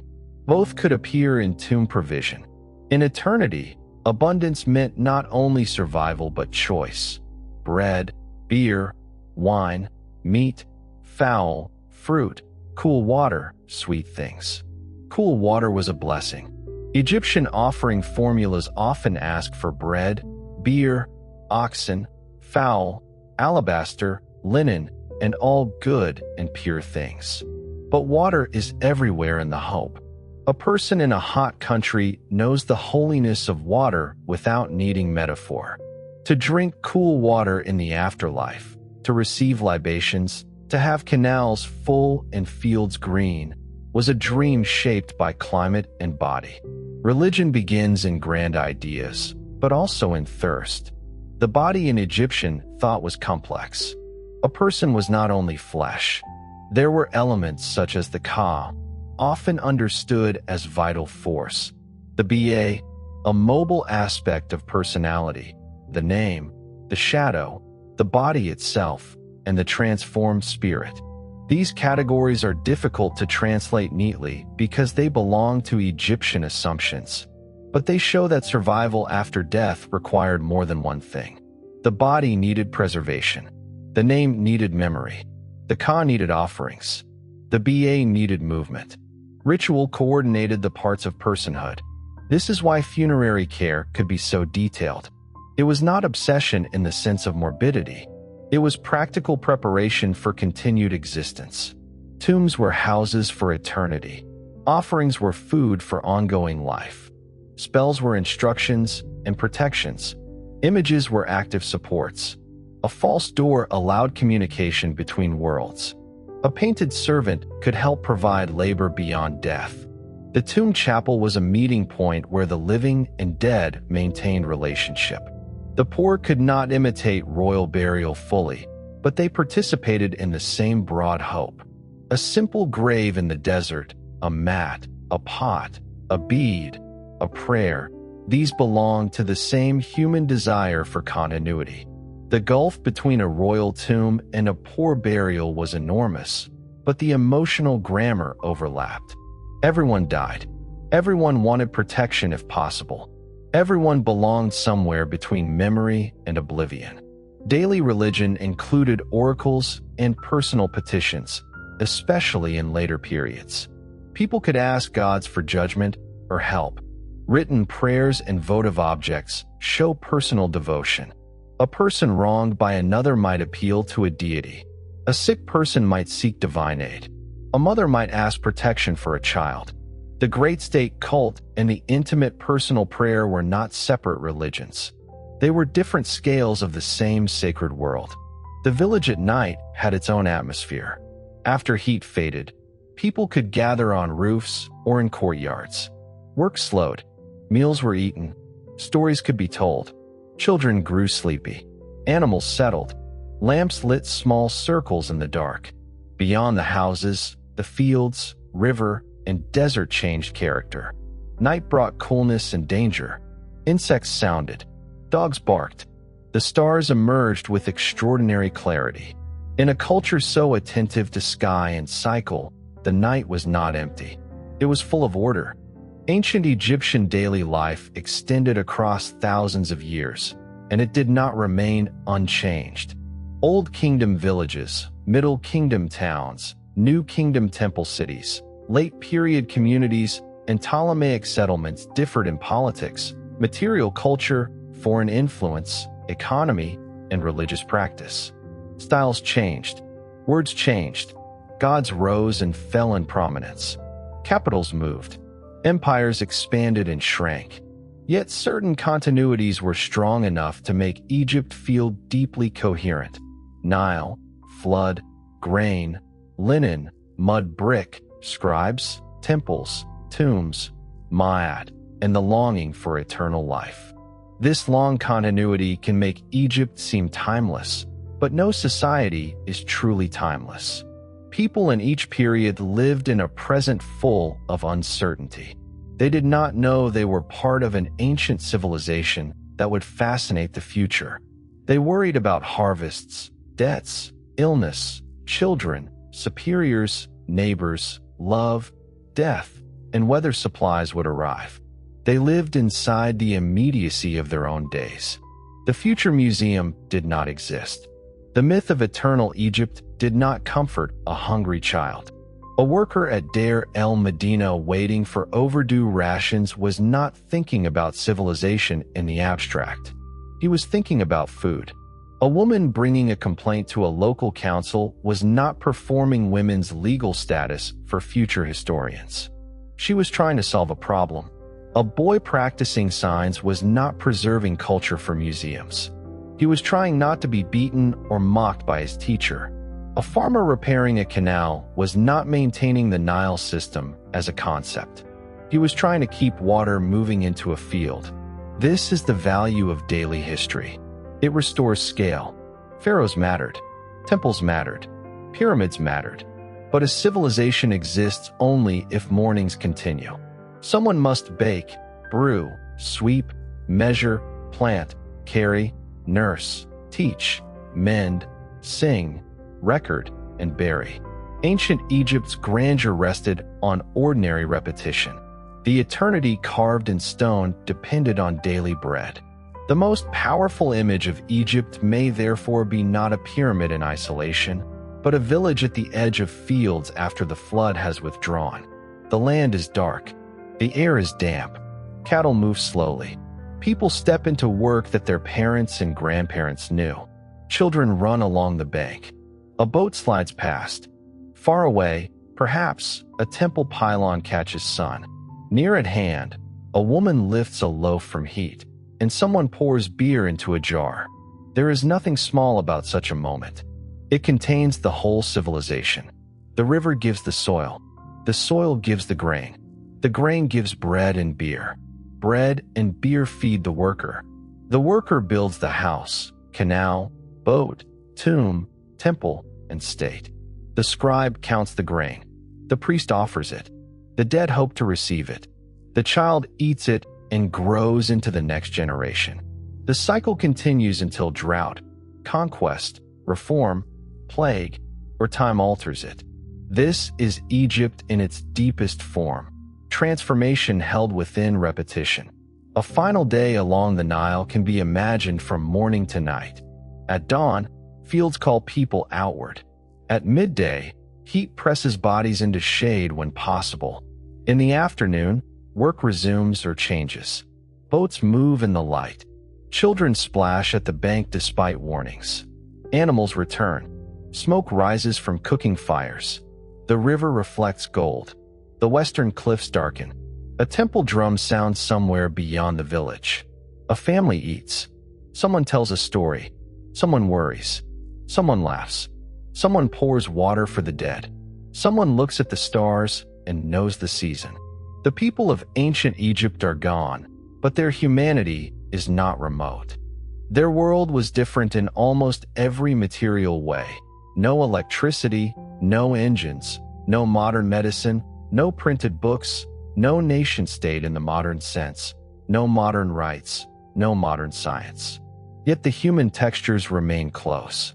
Work before heat, food shared, children protected, bodies adorned, love desired, illness feared, death prepared for, officials resented, festivals awaited, humor enjoyed, the river watched.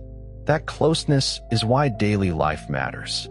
Grand monuments can inspire awe, but ordinary life creates recognition.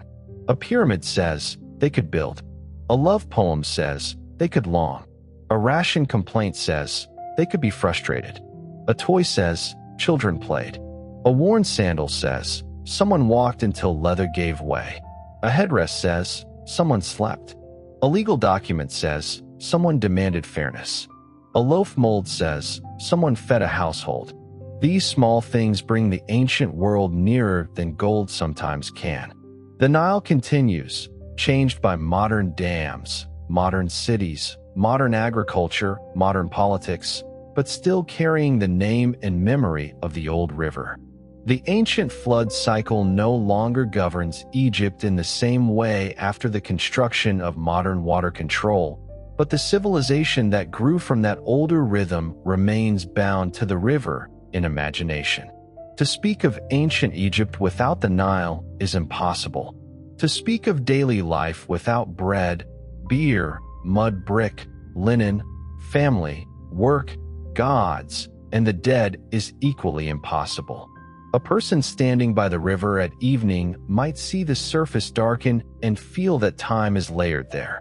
Pre-dynastic farmers, Old Kingdom builders, Middle Kingdom scribes, New Kingdom craftsmen, late-period priests, Greek settlers, Roman administrators, Coptic monks, Arab travelers, modern villagers, tourists, archaeologists, all stand somewhere in the long reflection. The river does not preserve them as individuals, but it holds the continuity of place. Human lives pass quickly. Landscapes remember in slower ways. The ordinary Egyptians did not leave one unified autobiography. They left fragments, bones, houses, tools, ostraca, letters, toys, songs, legal cases, tomb paintings, worn objects, food remains, medical papyri, offering tables, and the shape of villages under dust. From these fragments, a lived world can be approached. Not completely, never completely, but enough to know that they were not shadows behind pharaohs. They were the civilization's body. The farmer, the brewer, the linen worker, the boatman, the mother, the scribe, the child, the priest, the potter, the fisherman, the mourner, the singer, the judge, the healer, the tomb worker, the baker, the girl carrying water, the old man sitting near a doorway in the evening. All of them belong along the banks of the Nile. Their names are mostly lost. Their world is not. The seasons deserve to be felt as a body would have felt them. During Ake, when the inundation covered the fields, many agricultural tasks paused or changed. The water spread where people would later walk. Paths altered, boundaries blurred. Farmers who could not work the flooded fields might be drawn into corvée labor, canal work, building projects, transport, repair, or service for estates and temples. The flood was rest in one sense, but not idleness. Egypt used the agricultural pause to move human labor toward public work. A man who was not sowing grain might be hauling stone, repairing embankments, cutting reeds, or serving a crew far from home. During parade, the land reappeared. The retreating water left mud, silt, fish in pools, damaged boundaries, and promise. Fields had to be prepared quickly enough to make use of the moist soil. Seed had to enter the ground. Canals and basins had to be watched. Cattle moved through the fields with plows, and behind them came hands, feet, baskets, tools, songs, commands, and fatigue. The growing season was hopeful because green appeared everywhere, but hope in agriculture is never peaceful. It watches the sky and water with worry. During Shimu, the harvest brought both relief and pressure. Grain ripened, and the fields filled with cutting, gathering, binding, carrying, threshing, winnowing, measuring, and storing. The harvest was the year made visible. It was also the moment when taxes and obligations became unavoidable. Officials could measure what had been produced. Granaries received their shares. Households calculated what remained. A good harvest meant food, beer, seed, stability, offerings, and wages. A bad one meant hard choices. The golden field was therefore beautiful and anxious at once. Harvest scenes in tomb paintings often look orderly and cheerful, but real harvesting was dusty, hot, noisy work. Sickles cut grain. People bent for long hours. Donkeys carried loads. Oxen trampled sheaves. Forks tossed grain into the air so chaff could blow away. Scribes watched, counted, and recorded. Children may have helped. Women may have prepared food for workers and carried out tasks that rarely gained formal attention. The scene was communal and hierarchical. Everyone could see where food came from, and everyone could see who claimed part of it. Granaries were symbols of security. A full granary meant the future could be faced. Grain stored properly could feed workers, support temples, provision expeditions, sustain the army, and help communities survive scarcity. But stored grain also attracted officials, thieves, insects, rodents, and disputes. To protect grain was to protect time itself, because grain carried one season forward into the next. A jar, bin, or storehouse was therefore not a simple container. It was a promise that the household or institution might continue. The relationship between village and estate could be complicated. Some peasants worked land linked to temples, officials, or royal domains. Some held plots under obligations. Some labor was local and seasonal. Some was organized by larger institutions. The exact arrangements varied across periods, but daily life was never detached from power. A farmer might know the face of the local official more directly than the face of the pharaoh. The king's presence arrived through measurement, tax, labor demand, protection, festival, law, and the names spoken in rituals. The pharaoh was distant and everywhere. Most Egyptians would never stand close to the king, yet royal authority structured their world. The king maintained Ma'at, offered to the gods on behalf of Egypt, defeated enemies, guaranteed order, and stood at the top of the system that measured fields and received goods. In temple reliefs, the pharaoh appears as a perfect performer of ritual. In the village, royal power might appear as a demand for labor, a grain assessment, an official seal, a festival funded by temple wealth, or a monument rising because many hands were commanded to build it.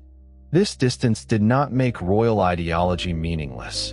People could believe deeply in the king's cosmic role while also resenting a local demand.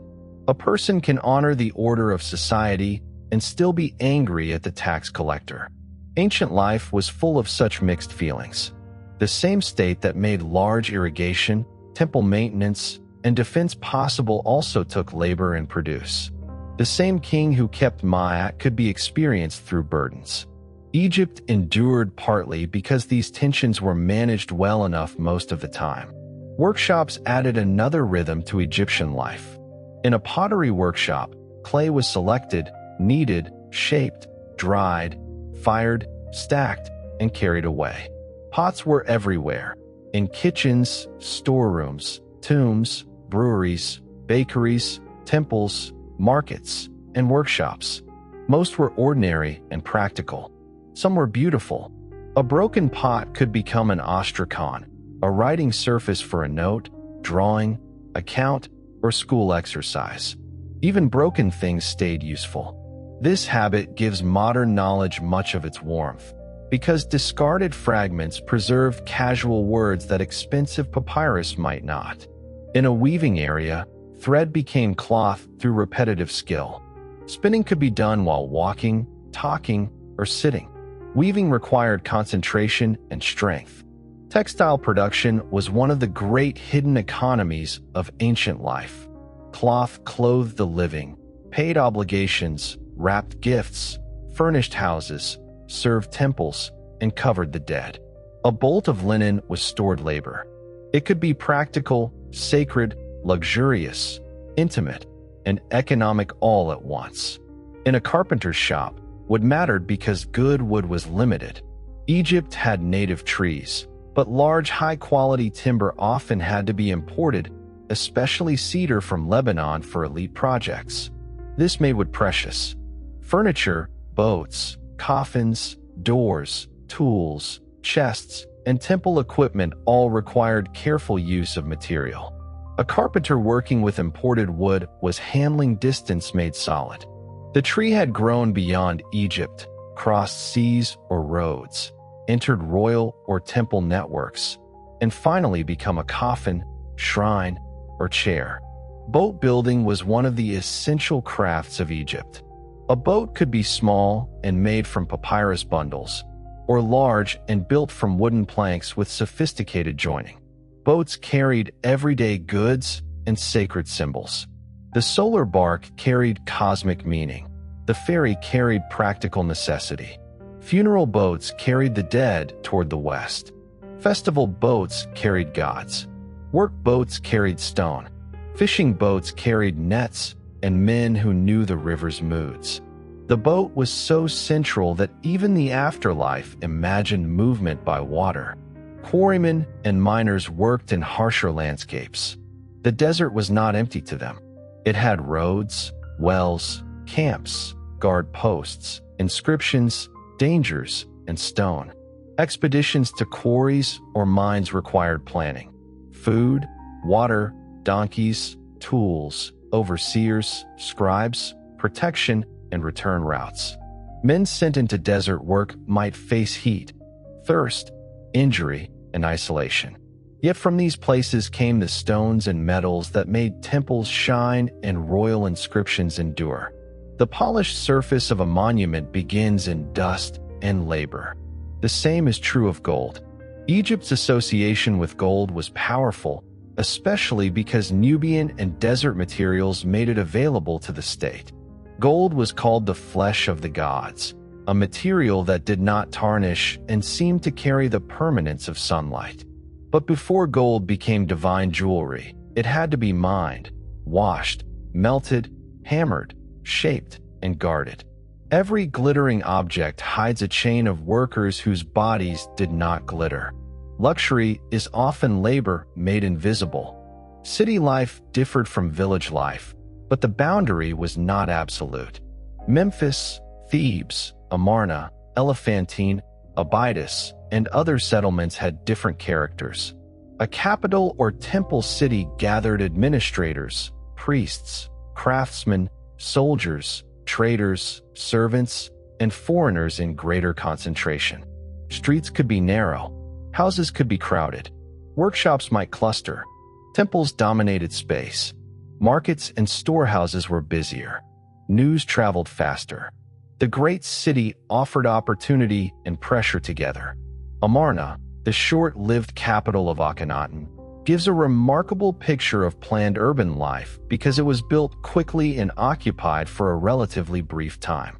Houses of different sizes, administrative areas, workshops, temples, roads, and cemeteries show a society reorganized around a radical royal religious vision. For ordinary people, however, the city still required food, water, work, housing, and burial. Even a revolutionary capital had kitchens. Even theological upheaval needed bread. At Amarna, the difference between elite and ordinary life can be seen in houses. Large villas had reception areas, storage, gardens, and space for administration or dependence. Smaller houses were more cramped and practical. Wealth shaped room size, privacy, storage, and access. Yet all houses had to answer the same climate. Shade, airflow, roof use, courtyards, and building materials mattered across class. Status changed comfort, but the sun shone on everyone. Privacy in ancient Egyptian homes was different from modern expectations. Extended households, servants, animals, neighbors, and open-air work made domestic life porous. Courtyards were workspaces. Roofs were sleeping spaces. Streets were social spaces. Sound passed easily. One knew who was ill, who was fighting, who had guests, whose child cried, whose bread burned, whose donkey escaped. Community could support and suffocate. A village was protection, memory, gossip, and surveillance. Gossip itself should not be underestimated. Human communities run on formal rules and informal speech. Reputation affected marriage, trade, trust, legal disputes, and status. An accusation could damage someone. A rumor could travel faster than a written letter. A respected elder could calm a quarrel. A known thief might find every door closed. The official record preserves court cases, but before a case reached judgment, it may have passed through dozens of conversations in courtyards and at water places. The water place was a social point. People fetching water met others. Women might exchange news. Children might linger. Men with animals might pause. A well, canal, riverbank, or basin was practical infrastructure and social theater. Many cultures make water gathering a point of encounter, and Egypt was no exception. The river was too important to belong only to work. It was where bodies, vessels, animals, gossip, ritual purity, danger, and beauty met. The Nile could also kill. Drowning, crocodiles, disease, and accidents were real dangers. Children playing near water were never entirely safe. Fishermen and boatmen risked capsizing. Irrigation channels could breed illness. The same river that gave life carried hazards. Egyptians did not romanticize it in a simple way. They honored and feared its powers. A culture can love what it knows can destroy. Weather shaped the body. Heat dictated work rhythms, clothing, architecture, and sleep. Dust irritated eyes and lungs. Sandstorms could disrupt life. Cool, northern breezes were welcome. Shade mattered so much that it became almost a form of wealth. The body learned how to live with the environment, when to move, when to rest, how to cover, how to oil skin, how to store water, how to use roof and courtyard, how to work before the worst heat. The senses of an Egyptian day were strong. Whitewashed walls reflecting sun, blue river water under morning light, green fields after inundation, brown mud drying into brick, red desert beyond cultivation, black coal around eyes, golden straw, pale linen, dark beer, green malachite, turquoise faience. The world was colored by material and symbol together. Color in Egypt had meaning. Black could mean fertile soil and rebirth. Red could mean desert, danger, power. Green could mean life. White could mean purity. Gold could mean divine radiance. Language also shaped experience. Egyptian words carried connections that translation can only approximate. Kemet and Dishret, Maat and Isfit, Ka and Ba, Ak and Run, Hapi and Nut, Osiris and Hathor. These names are not labels pasted onto a modern world. They are part of how Egyptians organized reality. To live in Egypt was to live in a language where land, color, God, body, and duty spoke to one another. This language entered names. People bore names invoking gods, wishes, family hope, or statements of identity. A name could say that Ammonius is satisfied, that Ta has given life, that a child belongs to a deity's protection. Names mattered because the name was part of the person. To erase a name was to attack survival. To write a name was to preserve presence. This is why the names of ordinary people, when they appear on ostraca or in tombs, can feel so moving. A small name carries an entire life. Not all lives were free. Servitude, forced labor, captives, and slavery existed in Egyptian society, though not always in the same form as later plantation slavery or the simplified images of popular films. Some people were bound by debt, war, punishment, or household dependence. Captives from foreign campaigns might be assigned to temples or households. Labor obligations could be heavy. The dignity of ordinary Egyptians should not be confused with a world free of coercion. Ancient daily life included hierarchy, vulnerability, and unequal freedom. Yet even within hierarchy, people maneuvered. They negotiated, complained, married, inherited, borrowed, worshipped, joked, and remembered. Power was real, but it did not erase agency. A subordinate person might still use law, kinship, personal skill, divine appeal, or community pressure. The past becomes more honest when neither oppression nor agency is allowed to erase the other. The Egyptian relationship with animals extended into affection. Tomb scenes and objects showed dogs with names, monkeys under chairs, cats near households, and birds in domestic scenes.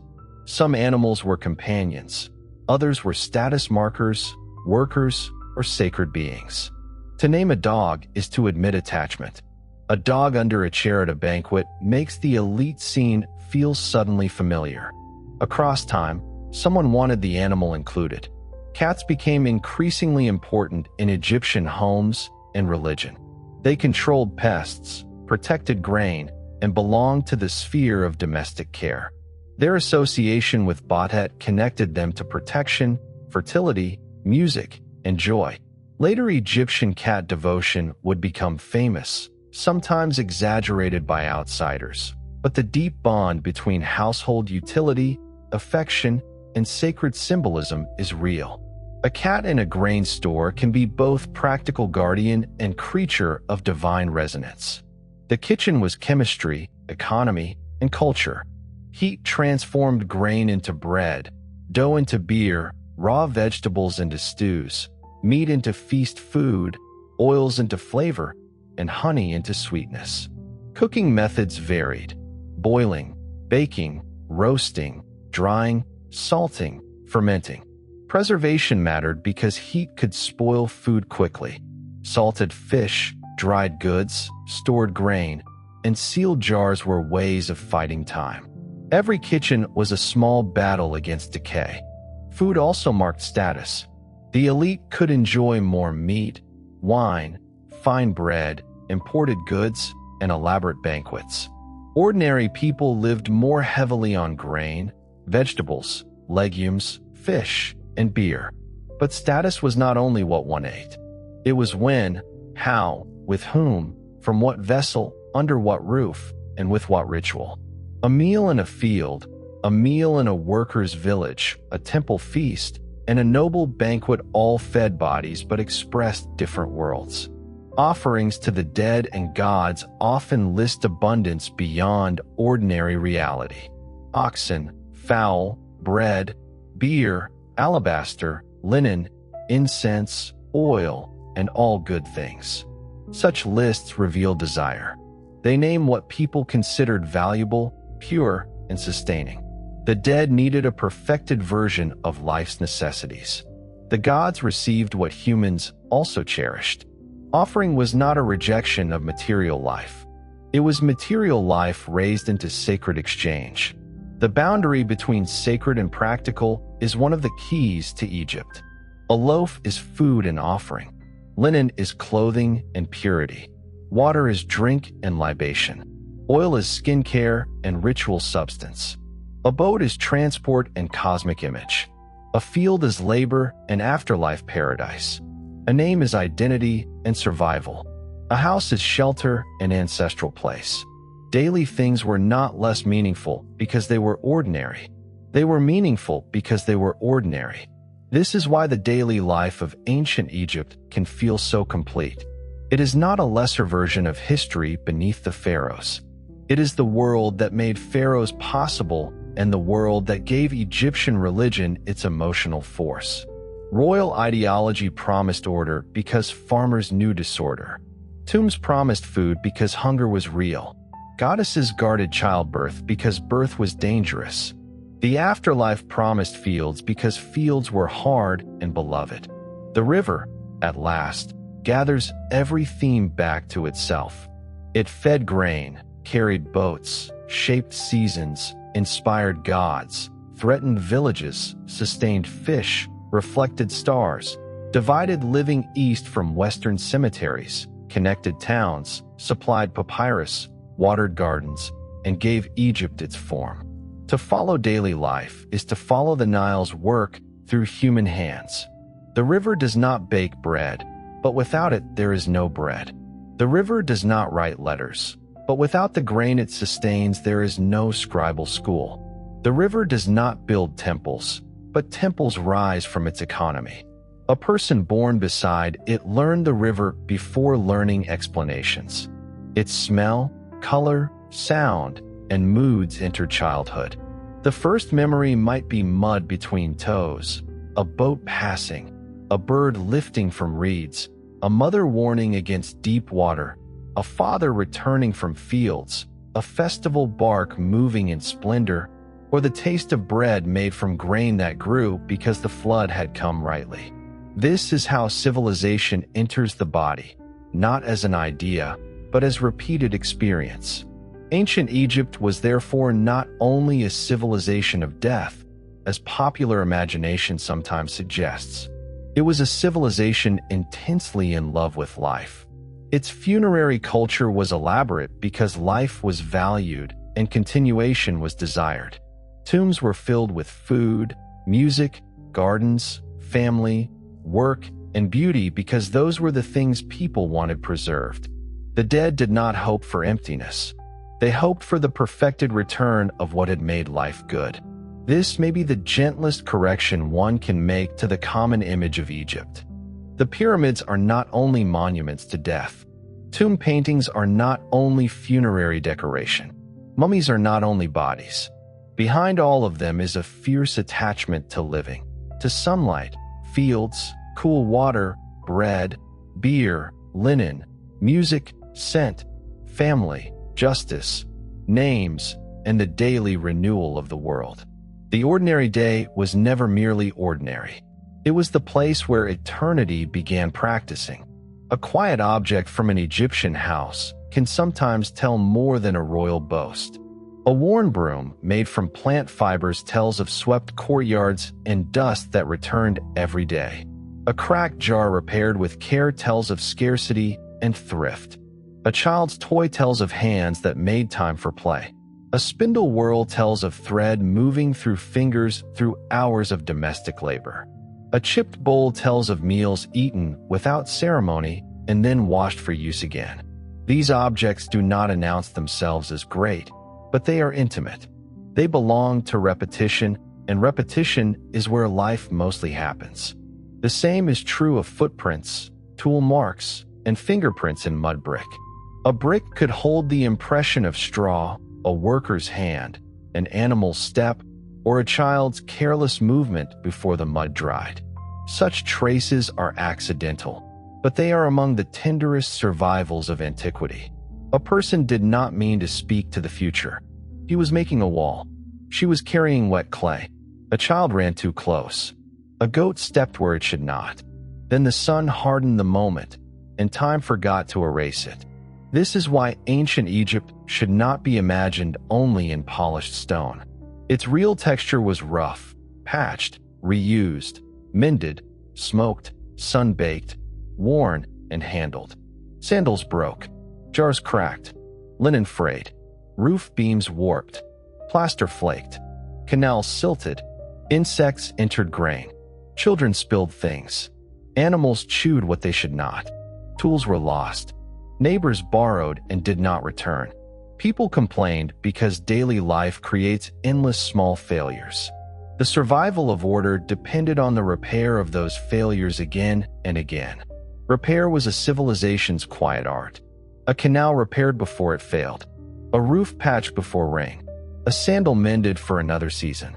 A marriage agreement adjusted after conflict. A ration complaint brought before hunger became desperation.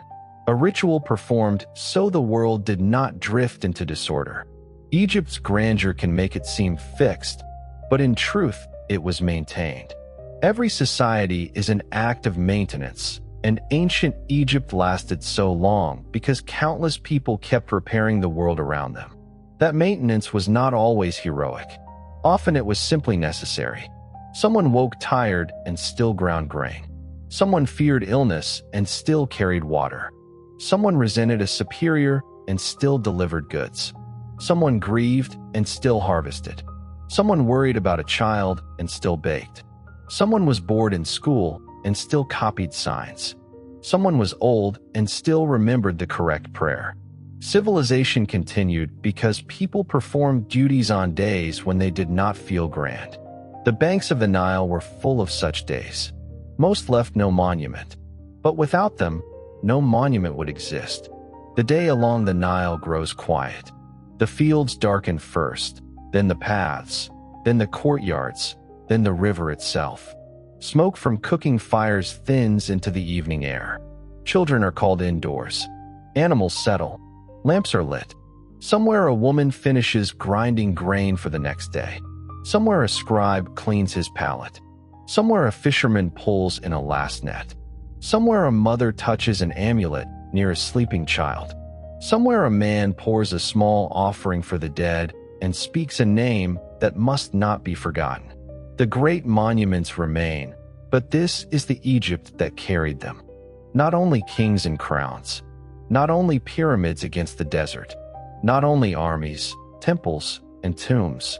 Egypt was also hands in dough, feet in mud, linen drying in sunlight, beer fermenting in jars, laughter in courtyards, disputes before village councils, songs of longing, children playing beside the river, and the endless work of making life continue where black soil met red desert.